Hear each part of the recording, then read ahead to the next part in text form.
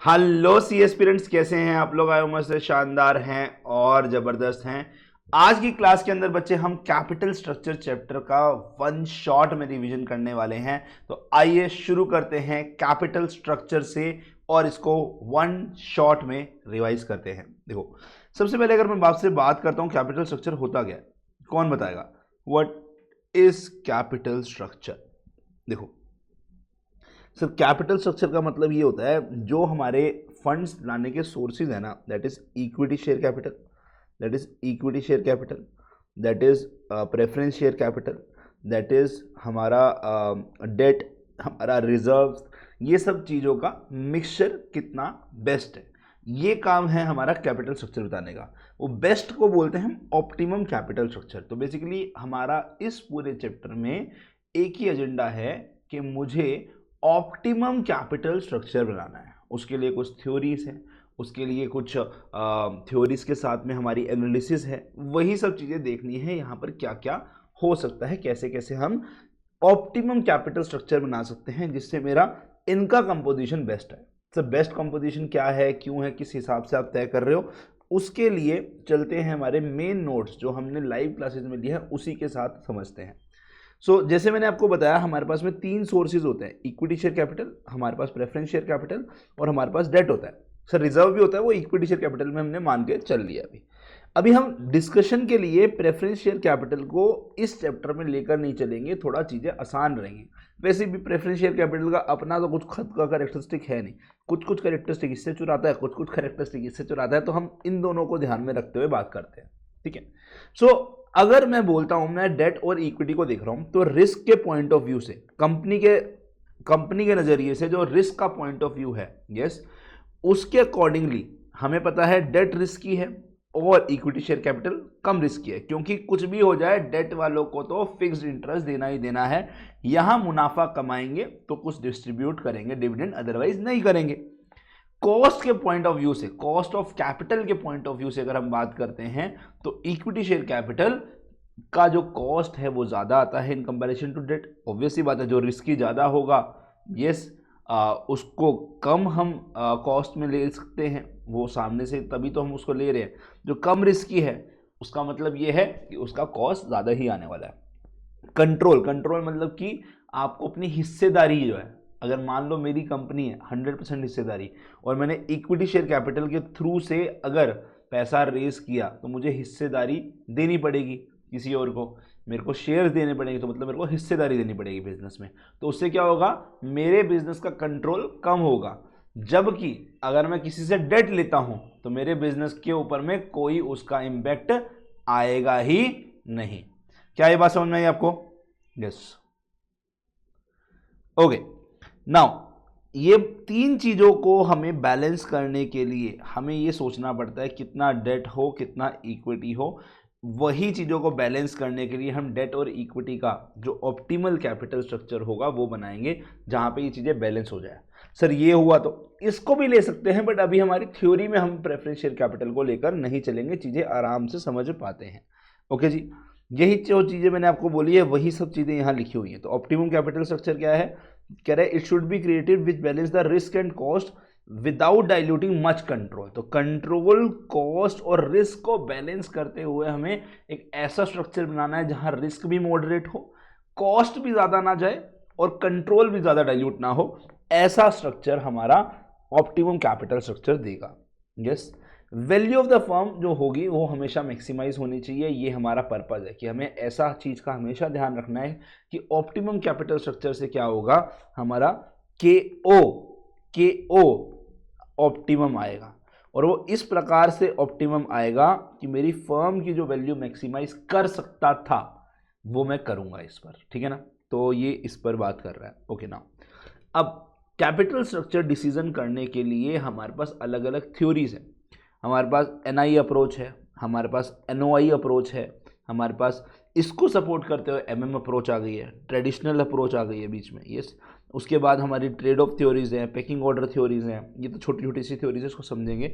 Main ये है chapter का जो मेजर पार्ट है ये है, और ये है EBIT, EPS analysis, indifference point, ये सब चीज़ों को हमें समझना है। ओके, यस गाइस, तो शुरू करते हैं। शुरू करने से पहले एक बार वैल्यू ऑफ द फर्म कैसे निकालते थे, हमने कॉस्ट ऑफ कैपिटल चैप्टर में पढ़ा है, एक बार उसको रिकॉल कर लेते हैं थोड़ा थोड़ा, ठीक है। तो वैल्यू ऑफ द फर्म जो होती है दैट इज EBIT बाय में KO। तो मुझे अगर फर्म की वैल्यू को मैक्सिमाइज करना है तो या तो इसको बढ़ाना पड़ेगा या मुझे इसको दैट इज KO इसको कम करना पड़ेगा। तो हम इस चैप्टर में KO को बेस्ट तरीके से कैसे निकाल सकते हैं, that is optimal capital structure के थ्रू से वही निकालने का ट्राई करना है इस चैप्टर में, है ना, इसी पर बात कर रहा है। यस, सो KO क्या है, KO क्या है, कह रहे हैं देखो KO होता है हमारा weight of debt into cost of debt plus में weight of equity into cost of equity. हम उस केस में बात कर रहे हैं जब हमारा प्रेफरेंस शेयर कैपिटल नहीं है। तो डेट का वेट मतलब जितना डेट का हिस्सा है बाय में डेट प्लस इक्विटी, इक्विटी को हम S से रिप्रेजेंट करते हैं। इक्विटी का वेट मतलब जो इक्विटी का हिस्सा है बाय में डेट प्लस इक्विटी, ठीक है ना। तो ये इस प्रकार से, तो ये लिखा है cost of debt that is KD, weight of debt WD which is D by में D प्लस S, यहाँ पे कॉस्ट ऑफ इक्विटी हमारा KE, और ये हो गया मेरा हमारा WE that is S by में D प्लस S। ओके, तो ये हमारा है। अब KD ठीक है, KE ठीक है, ये हमने पिछले चैप्टर में निकालना सीख लिया है कॉस्ट ऑफ कैपिटल में। ये D और S की जो बात कर रहा है वो क्या है, वो है उसकी मार्केट वैल्यू, ठीक है ना, मार्केट वैल्यू। तो S is market value of equity share capital. तो वो कैसे मिलेगी, कह रहे वो क्या कमा रहे हैं, कह रहे नेट इनकम, डिवाइड करा दो उसको किससे, कॉस्ट ऑफ इक्विटी से। अगर टैक्स की बात नहीं करिए तो विदाउट टैक्स सिनेरियो में net income by cost of equity हो जाता है हमारा मार्केट वैल्यू ऑफ इक्विटी, ठीक है। और अगर बात करते हैं हमारा यहाँ पर डेट की, तो ये हो जाएगा मेरा interest by cost of debt. Again sir यहाँ पे टैक्स बेनिफिट नहीं आया बेटा, विदाउट टैक्स सिनेरियो पे बात कर रहा हूँ, लिखा है ऊपर, ठीक है।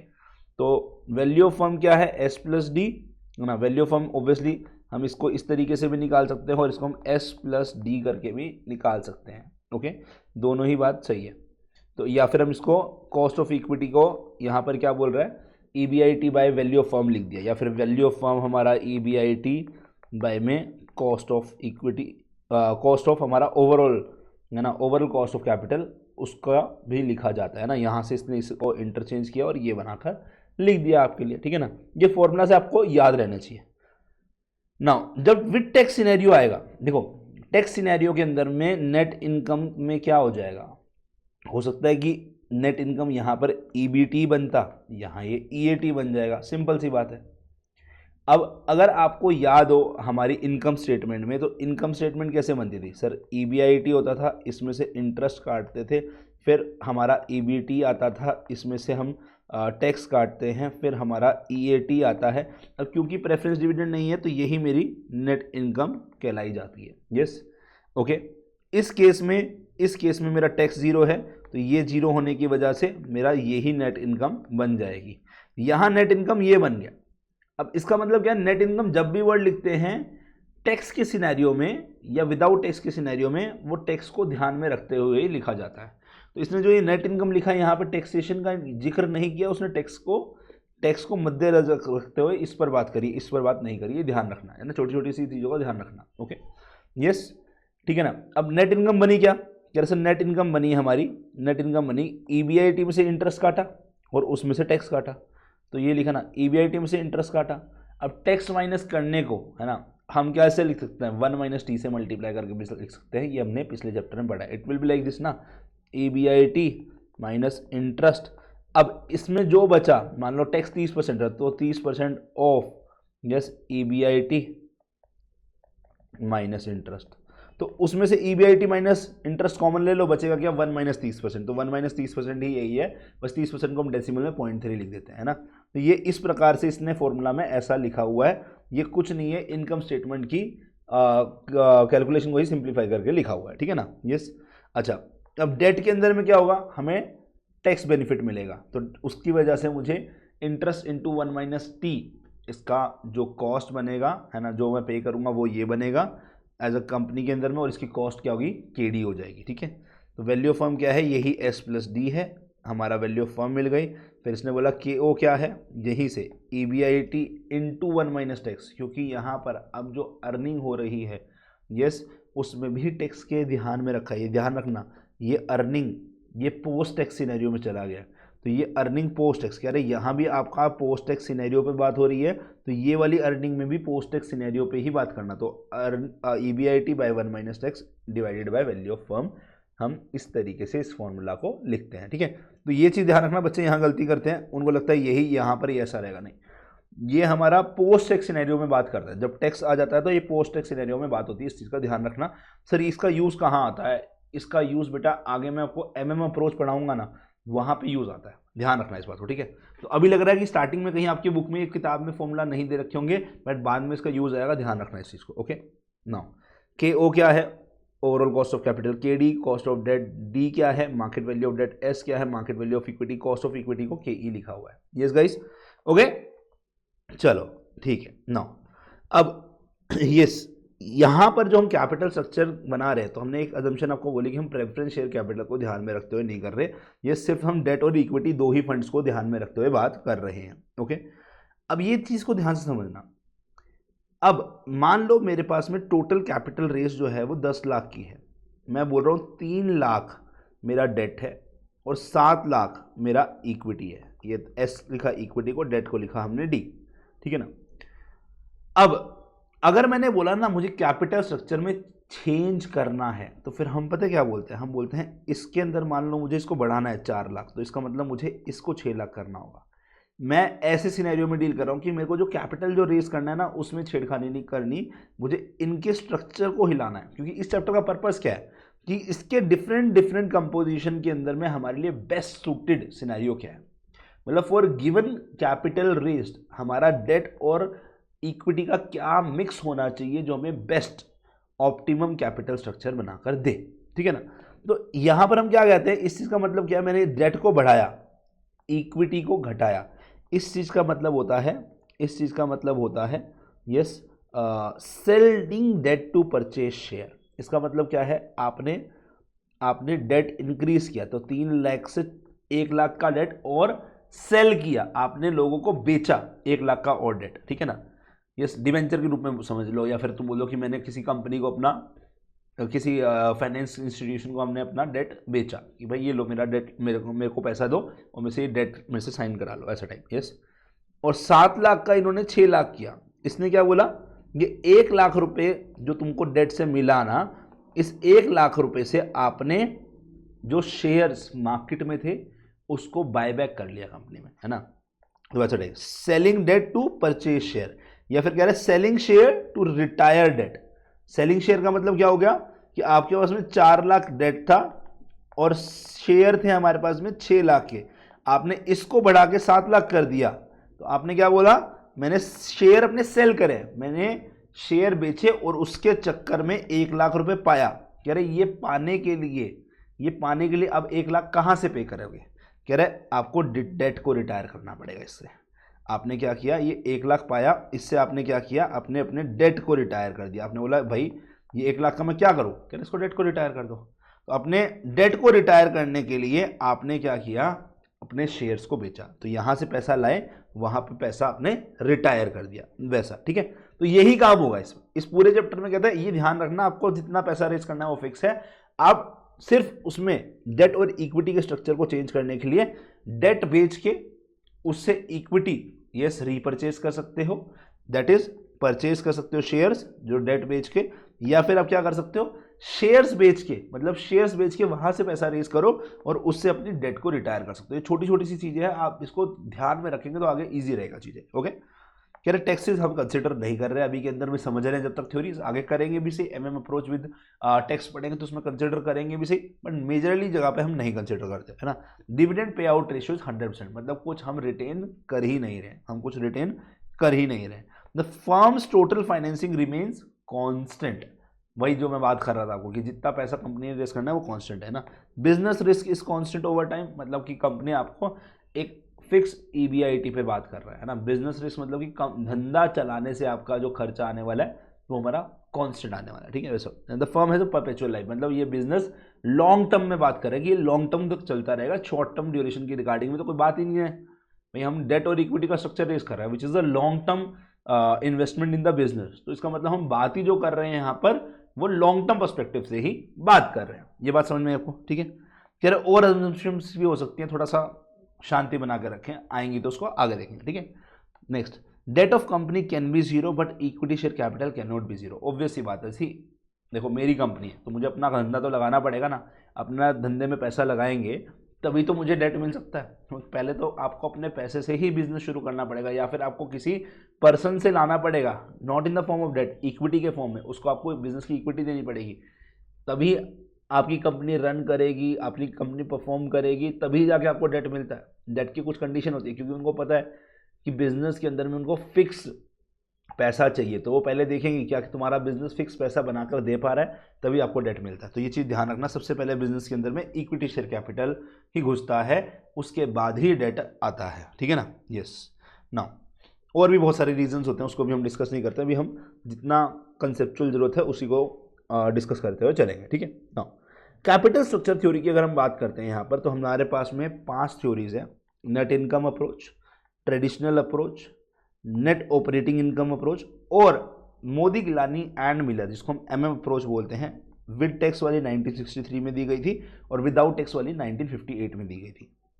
ये 2 जगह पर बोल रहा है कि कैपिटल स्ट्रक्चर में डेट कितना है, इक्विटी कितना है, कह रहे हैं उसका कोई रिलेवेंसी नहीं है। ये 2 थ्योरीज में ऐसा बात कर रहा है, बट 3 थ्योरीज में बोल रहा है नहीं नहीं रिलेवेंस तो है, ऐसी कैसे हो सकता है। नेट इनकम अप्रोच बोलती है नहीं सर, डेट और इक्विटी के चेंज करने से आपके कैपिटल स्ट्रक्चर चेंज करने से आपके बिजनेस में इफेक्ट आता है, आपके cost, overall cost of capital पे इफेक्ट आता है। तो ये क्या बोल रहा है, ओवरऑल कॉस्ट ऑफ कैपिटल में कोई चेंज नहीं आएगा अगर आप डेट और इक्विटी को चेंज कर देंगे। तो यहाँ पर ये दोनों चीज़ों पर बात कर रहा है कि डेट और इक्विटी चेंज करने से क्या मेरे ओवरऑल कॉस्ट ऑफ कैपिटल पे चेंज आता है या नहीं आता है, यहाँ पर ये चर्चा हो रही है, ठीक है ना। ये अलग अलग थ्योरीज ने अलग अलग बातें करी है, अलग अलग पर्सपेक्टिव से, वही अब हम समझने वाले हैं, ठीक है। तो एकदम क्रिस्प में शॉर्ट में समझेंगे, ये आएगा तो थ्योरेटिकल आएगा। मैंने इसीलिए हर एक चीज़ के रिगार्डिंग ना आपको थ्योरेटिकल छोटा छोटा सा पॉइंटर बना के भी आगे लिख दिया, ठीक है। तो अगर आपको स्टडी करना होगा तो ये नोट्स मोर देन इनफ है, आपको लिखने के लिए भी, समझने के लिए भी, एग्जाम में क्या क्या पॉइंटर्स लिखने हैं वो भी, ठीक है। हर एक में देखो, अभी एनआई अप्रोच गया, ट्रेडिशनल के रिगार्डिंग में हमारे जो मेन हाईलाइटेड पॉइंट्स है उसको हमने लिख दिया यहाँ पर। सिमिलरली एनओआई अप्रोच के भी देखोगे तुमको यहाँ मिल गया, सिमिलरली एमएम अप्रोच में भी देखोगे तो यहाँ मिल गया। मेजर पार्ट हमारे चैप्टर का जो है ना, मेजर पार्ट जो हमारे सिलेबस का है ना, वो हमारा यही है, ठीक है ना। तो ध्यान से समझते हैं इसको, आइए चलिए। यस, शुरुआत करते हैं हम सबसे पहले एनआई अप्रोच से। नेट इनकम अप्रोच, वो कहते हैं देखो अगर हम मान के चलते हैं कि मेरा डेट का जो रेट है ना, कॉस्ट ऑफ डेट वो कांस्टेंट है और कॉस्ट ऑफ इक्विटी कांस्टेंट है। इनिशियली बिजनेस में कोई डेट तो दे नहीं रहा, इनिशियली बिजनेस तो इक्विटी शेयर होल्डर्स के पैसे से ही स्टार्ट होता है। तो स्टार्टिंग पॉइंट हमारा बिजनेस में ये होगा कि इक्विटी शेयर होल्डर के पैसे से ही स्टार्ट किया गया। अब उसके बाद जैसे जैसे बिजनेस ग्रो होगा वैसे वैसे हमारे बिजनेस में डेट मिलनी चालू होगी। कह रहा है जैसे जैसे डेट मिलेगी तो तुम्हारा क्या होगा, ओवरऑल कॉस्ट ऑफ कैपिटल कम होगा, क्योंकि cost of equity is always costlier than the cost of debt. मतलब इसका रेट अगर 15-16% है तो इसका रेट 10% होगा। तो ये वाला मैं कम करना चाहूंगा, ये वाला मैं बढ़ाना चाहूंगा। ऑब्वियस ही बात है ना भाई, ये सस्ता है तो मैं सस्ता लूंगा ना। मैं बोल रहा हूँ कि मैंने किसी बंदे से पैसा लिया, मुझे बोल रहा है 16% का रिटर्न चाहिए मुझे हर साल, या 15% का रिटर्न चाहिए हर साल। उसने मैंने बिजनेस की हिस्सेदारी दे रखी है, तो इसलिए वो मेरे सर पे डंडा करके बैठ रहा था, कंट्रोल भी लेकर बैठा हुआ बिजनेस में। तो मेरे दिमाग में आया, मैं इसको बोलता हूँ तू तेरा पैसा लेके जा, मैं अपना पैसा उसकी जगह डेट से ले लूंगा। वहाँ मुझे 2 चीज़ें क्या अच्छी मिलेंगी, एक तो मेरा कंट्रोल भी डाइल्यूटेड था, वो भी कम हो गया। दूसरा क्या हो गया, मेरे बिजनेस के अंदर में डेट आने से मेरा कॉस्ट ऑफ कैपिटल भी कम होता जाएगा, है ना, मेरे कॉस्ट ऑफ कैपिटल भी कम होता रहेगा। बट ऑब्वियस सी बात है, कुछ तो इक्विटी रहेगी, मेरा बिजनेस है तो मेरी तो इक्विटी है ना वहाँ पे, तो कुछ तो रहेगी। तो ये कभी टच नहीं कर सकता कि हमारा कॉस्ट ऑफ डेट हमारा कभी भी जो है ना वो ओवरऑल कॉस्ट ऑफ कैपिटल को मीट नहीं कर पाएगा, क्योंकि कुछ तो जो पार्ट है ना, कुछ तो पार्ट जो है ना वो इक्विटी का रहेगा। Yes, so it will be like जैसे KO में रहता है ना, WD इंटू KD प्लस में WE इंटू KE। स्टार्टिंग में ये 0 होता है तो ये वाला कंपोनेंट तो खत्म हो गया है ना, तो बचा क्या मेरा, और पूरा का पूरा वेट इसका है, ये है ना, पूरा हमारा पैसा जितना लगा हुआ है वो हमारा इक्विटी से लगा हुआ है, तो इसकी वैल्यू 1 हो जाएगी। तो 1 होने की वजह से क्या होता है, स्टार्टिंग में मेरा KO KE के इक्वल होता है, तो यहीं से इसलिए स्टार्ट किया। फिर धीरे धीरे धीरे वेट मेरा डेट का बढ़ना शुरू होगा, तो वैसे वैसे ये गिरना शुरू होगा। तो इस प्रकार से हमारी कैलकुलेशन चलती है। ओके, बट एक चीज़ का ध्यान रखना, इसको देखो यहाँ जो मैंने लिखा है ना, ये देखो, ये बढ़ रहा है धीरे धीरे, यस, ये धीरे धीरे मेरा कम हो रहा है ना, क्योंकि मैं वेट इक्विटी का कम कर रहा हूँ तो उसका कंपोजिशन कम कर रहा हूँ, डेट को मैं बढ़ा रहा हूँ, तो ये सस्ता है, ये महंगा है, तो इसकी वजह से क्या होगा, मेरा सस्ते वाला पार्ट बढ़ रहा है तो मेरा ओवरऑल कॉस्ट ऑफ कैपिटल कम होगा, है ना। तो इसका मतलब जैसे जैसे लेवरेज बढ़ेगी, लेवरेज बढ़ाने का मतलब क्या है कि मेरा डेट बढ़ाना। लेवरेज क्या होती है हम चैप्टर नंबर 6 में डिटेल में डिस्कस करेंगे, बट शॉर्ट में बता देता हूँ आपका। लेवरेज का मतलब होता है कि आप फिक्स्ड कॉस्ट कहीं से घुसा रहे हैं बिजनेस में।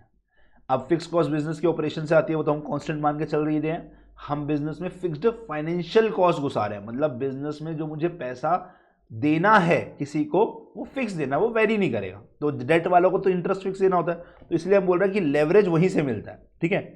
तो बिजनेस में फिक्स्ड हम डेट घुसा रहे हैं, डेट फिक्स इंटरेस्ट का कंपोनेंट जो डेट है उसको बढ़ा रहे हैं। जैसे जैसे मैं इसको बढ़ाऊंगा मेरा वेट ऑफ डेट बढ़ेगा, वेट ऑफ इक्विटी कम होगा, और ये बढ़ेगा तो इसका मतलब मेरा कॉस्ट ऑफ डेट का इंपैक्ट बढ़ेगा और कॉस्ट ऑफ इक्विटी का इंपैक्ट कम होगा। यस, क्योंकि इसका मल्टीपल है, ये इसका मल्टीपल है, तो जैसे ये बढ़ेगा तो इसका इंपैक्ट बढ़ेगा, जैसे ये कम होगा इसका इंपैक्ट कम होगा, सिंपल सी बात है। तो अगर लेवरेज घटेगा तो डेट घटेगा, डेट घटेगा तो इसका मतलब वेट ऑफ डेट कम होगा, मतलब इसका वेटेज कम होगा, इसका मतलब मेरा इंपैक्ट इसका कम होगा, और वेट ऑफ इक्विटी बढ़ेगा तो मेरा इंपैक्ट जो है इक्विटी का बढ़ता है। समझ में आई बात?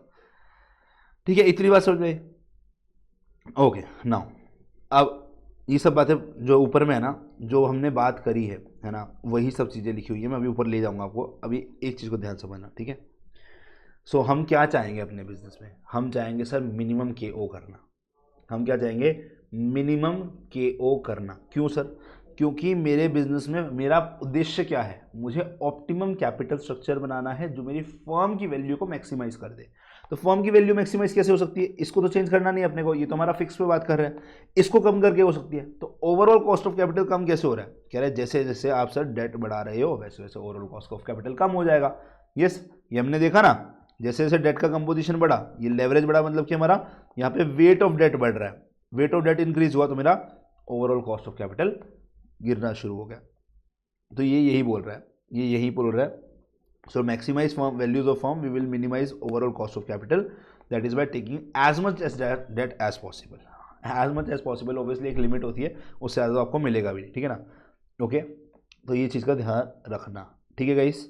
हाँ, तो conversely a decrease in the leverage will cause in increase in the overall cost of capital and consequently decline in the value as well as market price of the equity share. ठीक है, ऐसी बात लिखी हुई है।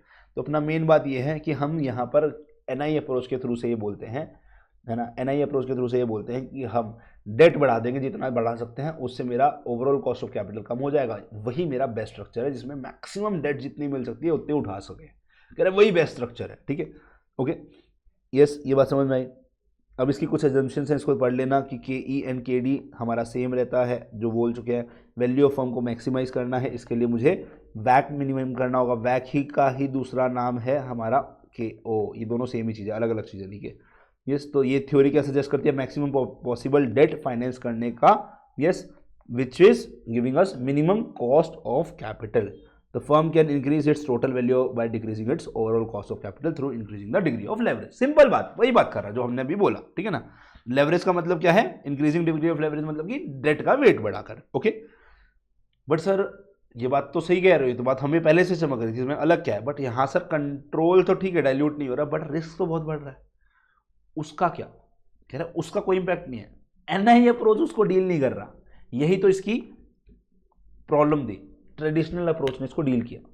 Traditional approach बोले ओ भाई साहब सुन मेरी बात, तो डेट बढ़ा रहा है, बढ़ा कह रहे एक ऐसा पॉइंट आएगा जिस टाइम पर डेट देने वाले भी तेरे को बोलेंगे कि भाई धंधा इतना रिस्की हो गया है ना तेरे फिक्स फाइनेंशियल खर्चे में, अब मुझे सेल दबा के करनी पड़ेगी। कह रहे तूने 10 लाख बिजनेस में बड़ा घुसाना था, ठीक है, जब इक्विटी वाले थे ना, जब इक्विटी वाले थे, कह रहे प्रॉफिट होगा तब 10 लाख के अंदर में जब मेरा बिजनेस में प्रॉफिट होगा तो इसको कुछ हिस्सा जाएगा और डेट वालों को कुछ हिस्सा जाएगा। बट ये यहाँ पर इनिशियली क्या था मेरा, मान लो ये 8 लाख था, ये 2 लाख था, है ना, ये 2 लाख था, मुझे इसका 10% मान लो इंटरेस्ट देना था, तो मेरा इंटरेस्ट कितना था? 20 के।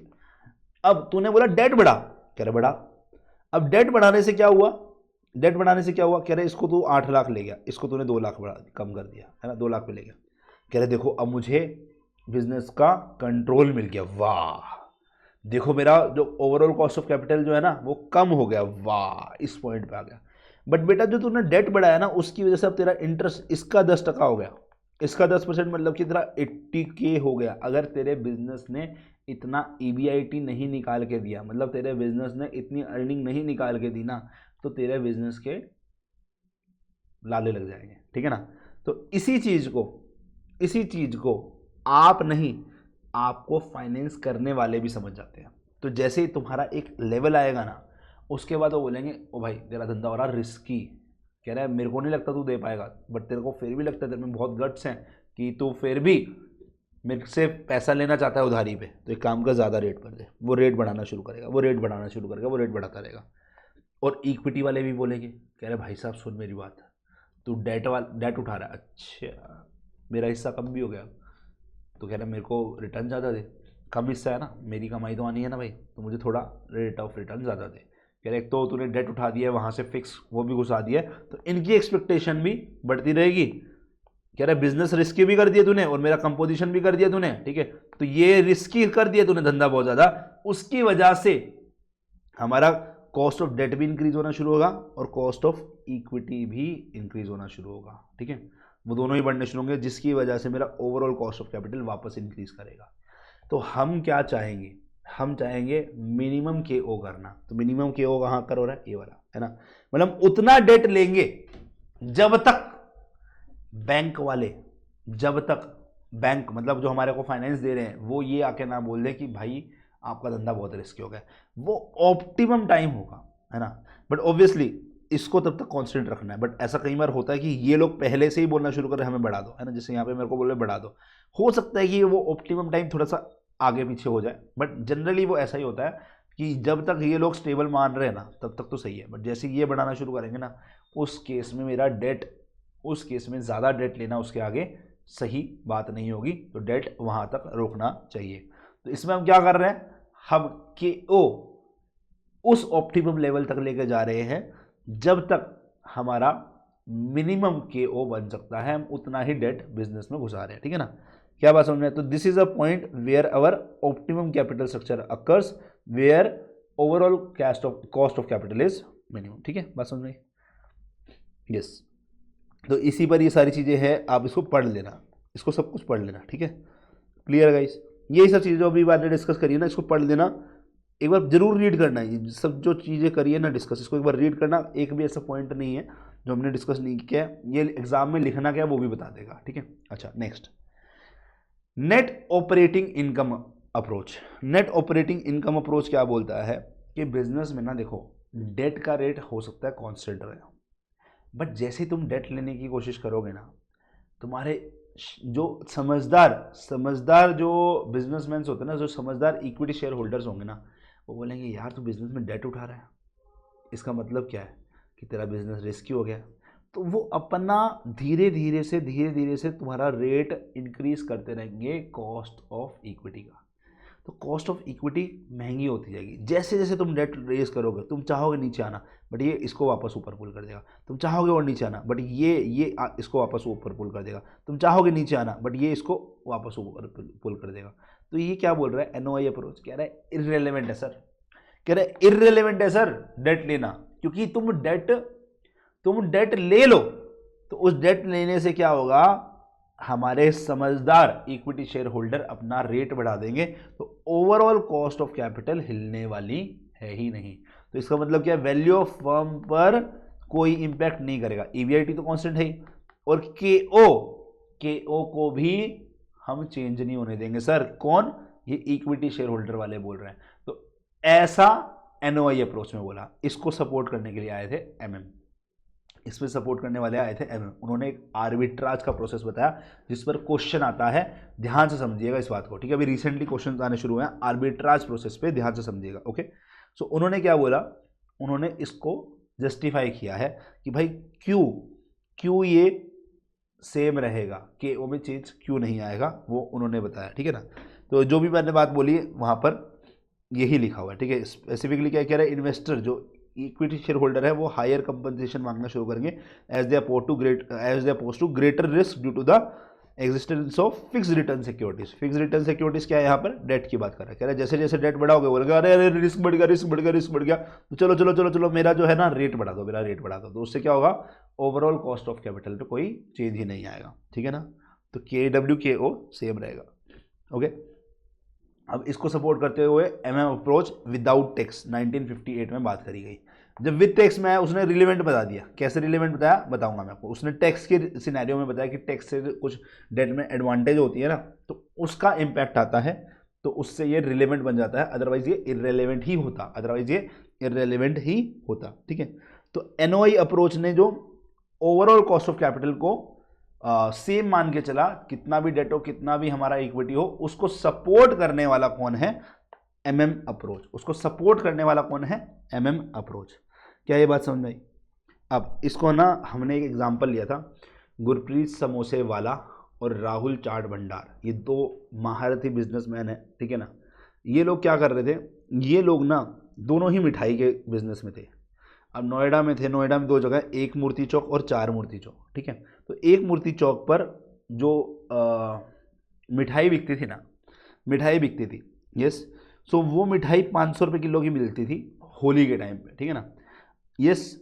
और सेम जगह पर सेम मिठाई सेम जगह पर है ना 800 रुपये किलो मिलती थी दूसरी जगह पर, है ना।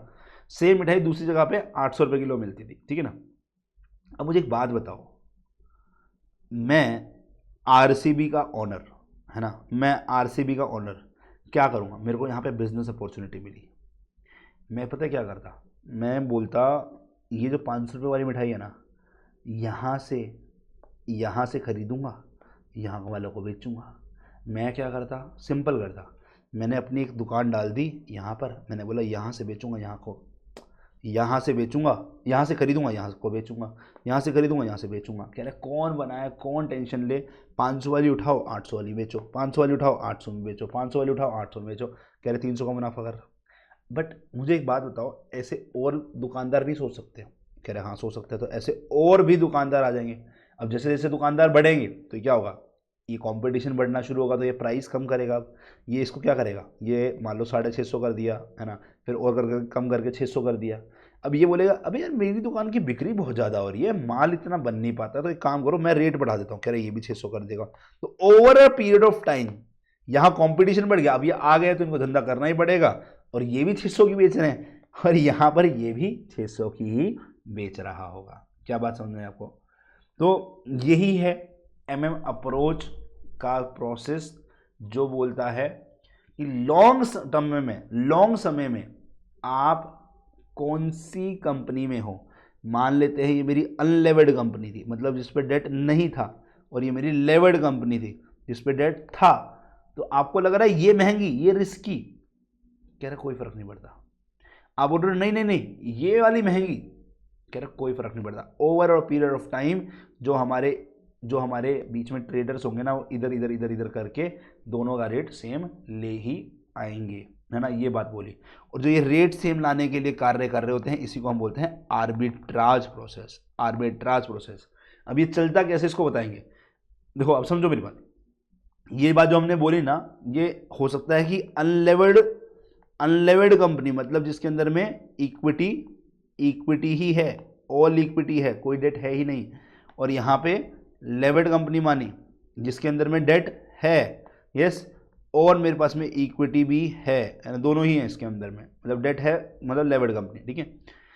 हो सकता है ये महंगी तो यहाँ से यहाँ गया, है ना, अपना हिस्सा यहाँ बेच के यहाँ पर हमने क्या किया, सस्ते वाला खरीद लिया। ऐसे ही तो करते हो ना, महंगी कंपनी बेचते हैं, सस्ता खरीदते हैं, फिर वो महंगी वाली कंपनी सस्ती होती है तो उसको खरीदते हैं, तो फिर वापस से यहाँ आते हैं, फिर यहाँ जाते हैं, फिर यहाँ आते हैं, फिर यहाँ आते हैं। यही प्रोसेस को आर्बिट्राज बोलते हैं, जिससे over a long period of time पर दोनों ही कंपनी की वैल्यू ये जो है सेम रह जाएगी, दोनों ही कंपनी की वैल्यू सेम रह जाएगी, ठीक है ना।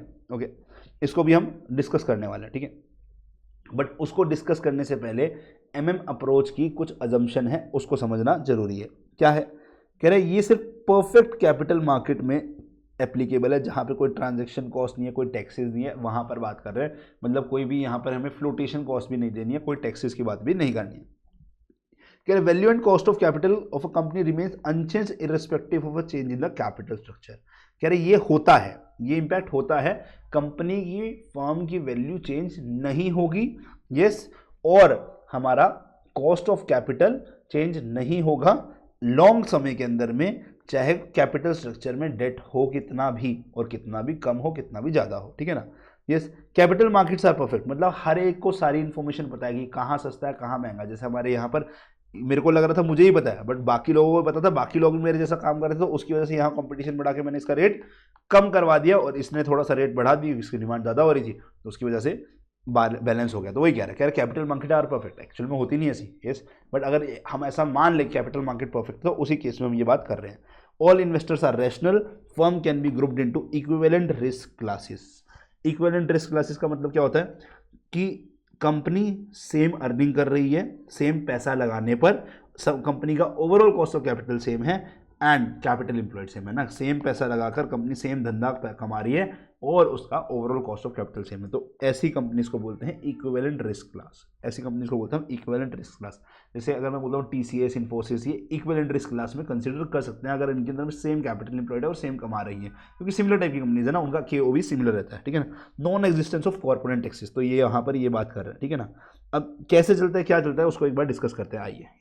यस गाइस, तो value of levered firm value of unlevered firm के इक्वल हो जाती है, ये पहला प्रपोजिशन निकल कर आता है जो हमने MM अप्रोच की कुछ एजम्पशंस देखी उसके हिसाब से, और MM अप्रोच ने जो बात करी कि भाई वो बोल रहा है कि हमारा लॉन्ग टर्म के अंदर में हमारा क्या होगा, वैल्यू दोनों फर्म्स के बराबर होने वाली है, चाहे आपकी कंपनी में डेट हो या ना हो, ठीक है ना। अच्छा, एक चीज का ध्यान रखना, मेरे को वैल्यू ऑफ लेवर्ड फर्म क्या है मेरा, वैल्यू ऑफ लेवर्ड फर्म क्या है मेरा सर, यहाँ पर इसकी वैल्यू है EBIT बाई KO, है ना, यहाँ भी है EBIT बाई KO। अब EBIT तो हम सही मान रहे हैं, यहाँ जो लेवर्ड फर्म का KO होगा वो KOG लिख देते हैं, वो है हमारा लेवर्ड फर्म का कॉस्ट ऑफ कैपिटल, ठीक है। और जो यहाँ पे अनलेवर्ड फर्म का होगा उसको KOU लिख देंगे। इसका मतलब क्या, देखो EBIT तो सेम है ही, इसका मतलब ये है KOG और KOU बराबर है। अच्छा, अब अनलेवर्ड फॉर्म में ध्यान सुनना मेरी बात, ये बात को हमने आगे डिस्कस भी किया है, अनलेवर्ड फॉर्म के अंदर में बहुत डिटेल में डिस्कस किया हमने अपनी क्लासेस के अंदर, मैं आपको शॉर्ट में बता रहा हूँ। अनलेवर्ड फॉर्म का KOU जो है वो सिर्फ और सिर्फ इक्विटी की वजह से, डेट तो है नहीं, ये KOU क्या होगा मेरा, KOU जो है ना वो KE के इक्वल है ऑफ अनलेवर्ड फॉर्म, ठीक है। तो अनलेवर्ड फॉर्म के लिए U लिखते हैं, लेवर्ड फॉर्म के लिए G लिखते हैं, याद रखना, ठीक है। अब ये जो है ना ये है, और यहाँ पर ये क्या है, कह रहे हैं यहाँ पे डेट का कुछ वेट है into cost of debt, plus में वेट ऑफ इक्विटी है इनटू कॉस्ट ऑफ इक्विटी। अब ये सस्ता है ये महंगा है, सस्ते में महंगा ऐड करेंगे कुछ पार्ट, उसके बाद भी हमें वो के जो हमारा अनलेवर्ड फर्म का KE है ना उसके इक्वल बनाना है। इसका मतलब पता है क्या है, हमें ये तो पता है, ये डेट का जो कॉस्ट है ना अनलेवर्ड में, वो तो लेवर्ड में जो डेट का कॉस्ट है वो तो सस्ता होना ही होना है, ठीक है। बट आपको ये समझना पड़ेगा, अगर मेरे अनलेवर्ड फर्म के इक्वल बनाना है ना, यहाँ पर इसको अगर अनलेवर्ड फर्म के इक्वल बनाना है ना इसको, ये वैल्यूज लेस देन 1 है, ये वैल्यू लेस देन 1 है, कह रहे इसके इक्वल बनाना है ना, तो इस वाली वैल्यू को इससे हायर रहना पड़ेगा, क्योंकि ये कम वाला पार्ट है, ये वाला पार्ट बनाना है, तो इस वाले कंपोजिशन को इससे ज़्यादा रहना पड़ेगा, तभी ये बना पाओगे।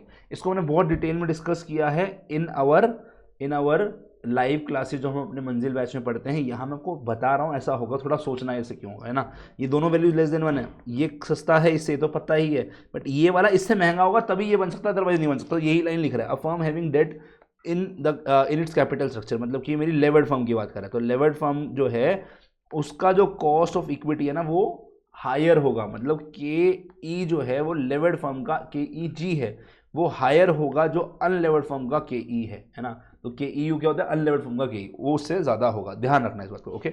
The cost of equity will include risk premium for the financial risk, वो क्या इंक्लूड करेगा, रिस्क प्रीमियम इंक्लूड करेगा। कौन सा रिस्क प्रीमियम की बात कर रहे हैं यहाँ पे, डेट लेने की वजह से जो रिस्क पैदा हुआ ना उसका जो प्रीमियम है वो बात कर रहा है, उसकी वजह से ये बोल रहा है कि KEG जो होगा ना वो KEU से ज़्यादा होगा। ओके, और उसको निकालते कैसे हैं, तो यहाँ होगा, इसको निकालने का ये हमारा लेवर्ड फॉर्म का जो KE होगा that is KE is equal to KO plus D/S into KO minus KD, और KO क्या है हमारा अनलेवर्ड फॉर्म जो है ना उसके KE के बराबर निकल जाता है। ठीक है, ये कैसे फॉर्मूला बनता है, बहुत सिंपल से तरीका होता है। जो हमारा ये फॉर्मूला है ना, cost of debt is equal to cost of equity, जो हमारी KO आएगी ओवरऑल कॉस्ट ऑफ इक्विटी, वो वेट ऑफ डेट इनटू में डेट का जो वैल्यू है प्लस में वेट ऑफ इक्विटी इनटू में इक्विटी का जो वैल्यू है। यस एक सेकेंड ना, हमने क्या लिख दिया, थोड़ा सा दोबारा से। हाँ, जो ओवरऑल कॉस्ट ऑफ इक्विटी जो है दैट वो क्या होता है हमारा वेट ऑफ डेट इनटू में कॉस्ट ऑफ डेट प्लस में weight of equity into cost of equity. Yes, इसी के अंदर में जो वेट्स का फॉर्मूला होता है ना D/D प्लस एस, और यहाँ पर ये S/ में D प्लस एस, इसी को रीअरेंज करके KE को एक तरफ करोगे ना तो ये बन जाता है। इसको हमने पूरा प्रूफ किया अपनी क्लासेस में, यहाँ पर हम शॉर्ट में बता रहे हैं, ये बन जाता है। ठीक है, बस एंड में क्या करना होगा हमारा, ये जो KO है ना KO, इस KO को हमें निकालने के लिए अनलेवर्ड फॉर्म का जो KE दे रखा होगा बस उसके इक्वल पुट करना है। ये वैल्यू वहाँ से मिलती है, D और S का प्रपोजिशन आपको क्वेश्चन में दे रखा होगा, वहाँ से मिल जाएगा, और कॉस्ट ऑफ डेट दे रखा होगा। तो इस तरीके से हम लेवर्ड फॉर्म का KE निकाल सकते हैं, लेवर्ड फॉर्म का KE निकाल सकते हैं, KEG। ठीक है ना, याद रखना इस बात को। ओके, यस गाइस, अभी क्या बोल रहे हैं, कह रहे आर्बिट्राज जो होता है ना लॉन्ग टर्म में, उसकी वजह से हमारा दोनों कंपनीज का KO सेम रहता है, चाहे वो लेवर्ड फॉर्म का हो चाहे वो अनलेवर्ड फॉर्म का हो, और अनलेवर्ड फॉर्म का KO KE के इक्वल ही होगा, ये हमेशा सेम रहता है। ठीक है ना, तो यहाँ पे जो हमने KO रिप्लेस किया लेवर्ड फॉर्म का, वो हमने क्या बोला किसके इक्वल हो गया, अनलेवर्ड फॉर्म के KO के इक्वल हो गया, which is equal to unlevered form का KE, बिकॉज यहाँ पे WD 0 है, तो इसकी वजह से KO क्या बन जाएगा, KE के इक्वल बन जाएगा। WD 0 मतलब कि सारा का सारा इक्विटी है ना, सारा का सारा इक्विटी है, तो इस वजह से ये मेरा ये बन जाता है। ठीक है ना, समझ में आएगा इस। अब आर्बिट्राज क्या होती है, किस प्रकार से होती है, उसको हम इससे नहीं पढ़ते, आप ये पढ़ लेना इस बात को ना, ये जो लिखा हुआ है ना ये पूरा प्रोसेस में आपको क्या है ना पढ़ लेना, मैं उसको क्वेश्चन से समझाऊंगा। ऊपर वाली बात को मैं क्वेश्चन से समझा रहा हूँ, ध्यान से समझना। 2 क्वेश्चन हैं, दोनों बहुत बहुत इंपॉर्टेंट क्वेश्चन है। अगर आपने ये दोनों क्वेश्चन समझ लिए, आप इस चैप्टर का मेन कर्क समझ गए। ऊपर वाले कॉन्सेप्ट के ऊपर बहुत सारे क्वेश्चन हमने अपनी क्लासेस में प्रैक्टिस करे हैं, चाहे अगर आपने चाणक्य नीति देखा हो तो वहाँ पे भी करे हैं, और अगर मंजिल में लिए तो उसमें तो बहुत किया है ना, बहुत डिटेल में किया है। बट यहाँ पे हमारा रिवीजन करना है, जहाँ से भी आप मेरे को देखे हो, पहले पढ़े हो कहीं से, जहाँ से भी आपने रिवीजन करना है। ये 2 कॉन्सेप्ट में बच्चे मुझसे डाउट पूछते, इसीलिए मैं आपको ये दोनों कॉन्सेप्ट पे डिटेल में क्वेश्चन करा रहा हूँ, ध्यान से समझिएगा अभी। ठीक है ना, यस ओके। दोनों ही आर्बिट्राज प्रोसेस में है, एक है हमारा लेवर्ड फॉर्म से अनलेवर्ड फॉर्म जाएंगे, दोनों सिचुएशन में है ना, 2 सिचुएशन होती है, मैं बताऊंगा कैसे, तो क्या होगा, और अगर अनलेवर्ड फॉर्म से लेवर्ड फॉर्म में जाएंगे तो क्या होगा। यस, तो आर्बिट्राज प्रोसेस कैसे काम करते हैं उस पर बात करते हैं। यहाँ पे हमने क्या लिया है, कंपनीज लिए हैं M लिमिटेड और N लिमिटेड। M लिमिटेड का EBIT भी 20,000 है, N लिमिटेड का भी, मतलब M लिमिटेड और N लिमिटेड का दोनों का EBIT 20,000 है। ठीक है ना, इंटरेस्ट M लिमिटेड में, मतलब ये मेरी लेवर्ड फॉर्म है, मैं लिख सकता हूँ यहाँ पे ये मेरी लेवर्ड फॉर्म है, इसका मतलब है ना, क्योंकि इसमें इंटरेस्ट है, यहाँ इंटरेस्ट नहीं तो मतलब ये मेरी अनलेवर्ड फॉर्म होगी। हम कहीं पे भी प्रेफरेंस की बात तो कर ही नहीं रहे पूरी अपनी कॉन्सेप्ट में। ठीक है, तो हमें पता है इसका मतलब यहाँ प्रेफरेंस तो आएगा नहीं, इंटरेस्ट नहीं आया तो मतलब लेवरेज है ही नहीं। ठीक है, तो ये लेवरेज यहाँ से आई है। यस, ठीक है। अच्छा, EBIT में से इंटरेस्ट काटा, सर नेट इनकम लिख दी बेटा, ना तो टैक्स है ना ही हमारा प्रेफरेंस डिविडेंड है, तो EBIT में से हम इंटरेस्ट काटते, EBT मिलता, अब टैक्स तो है नहीं तो EBT ही AT बन जाएगा। अब हमारा प्रेफरेंस डिविडेंड है तो नहीं, तो यही मेरा नेट इनकम बन जाएगा। तो नेट इनकम इसलिए डायरेक्ट लिख दिया कि इसमें से एक काटा तो ये मेरा नेट इनकम बन गया, यहाँ तो यही मेरा नेट इनकम बन गया। अब मुझे क्वेश्चन के अंदर में KE का रेट दे रखा है, N लिमिटेड का 10%, M लिमिटेड का 11.5%। सो नेट इनकम को KE से डिवाइड कराएंगे तो मुझे क्या मिलता है, कॉस्ट वैल्यू ऑफ इक्विटी मिल जाएगा। हमने स्टार्टिंग में बोला था कि ये आगे डिस्कस आएगा MM अप्रोच में, याद है। तो हमारा वैल्यू ऑफ इक्विटी कैसे निकाला, नेट इनकम को हमने KE से डिवाइड कर दिया तो ये वैल्यू आ गई।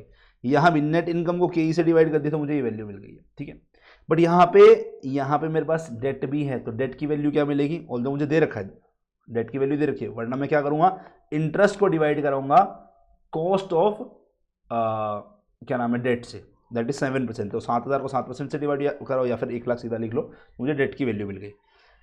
अब S+D मेरा यहाँ पर क्या मिल जाएगा, वैल्यू ऑफ फर्म मिल जाएगा। यहाँ पर वैल्यू ऑफ फर्म मेरी 2 लाख की बन रही है।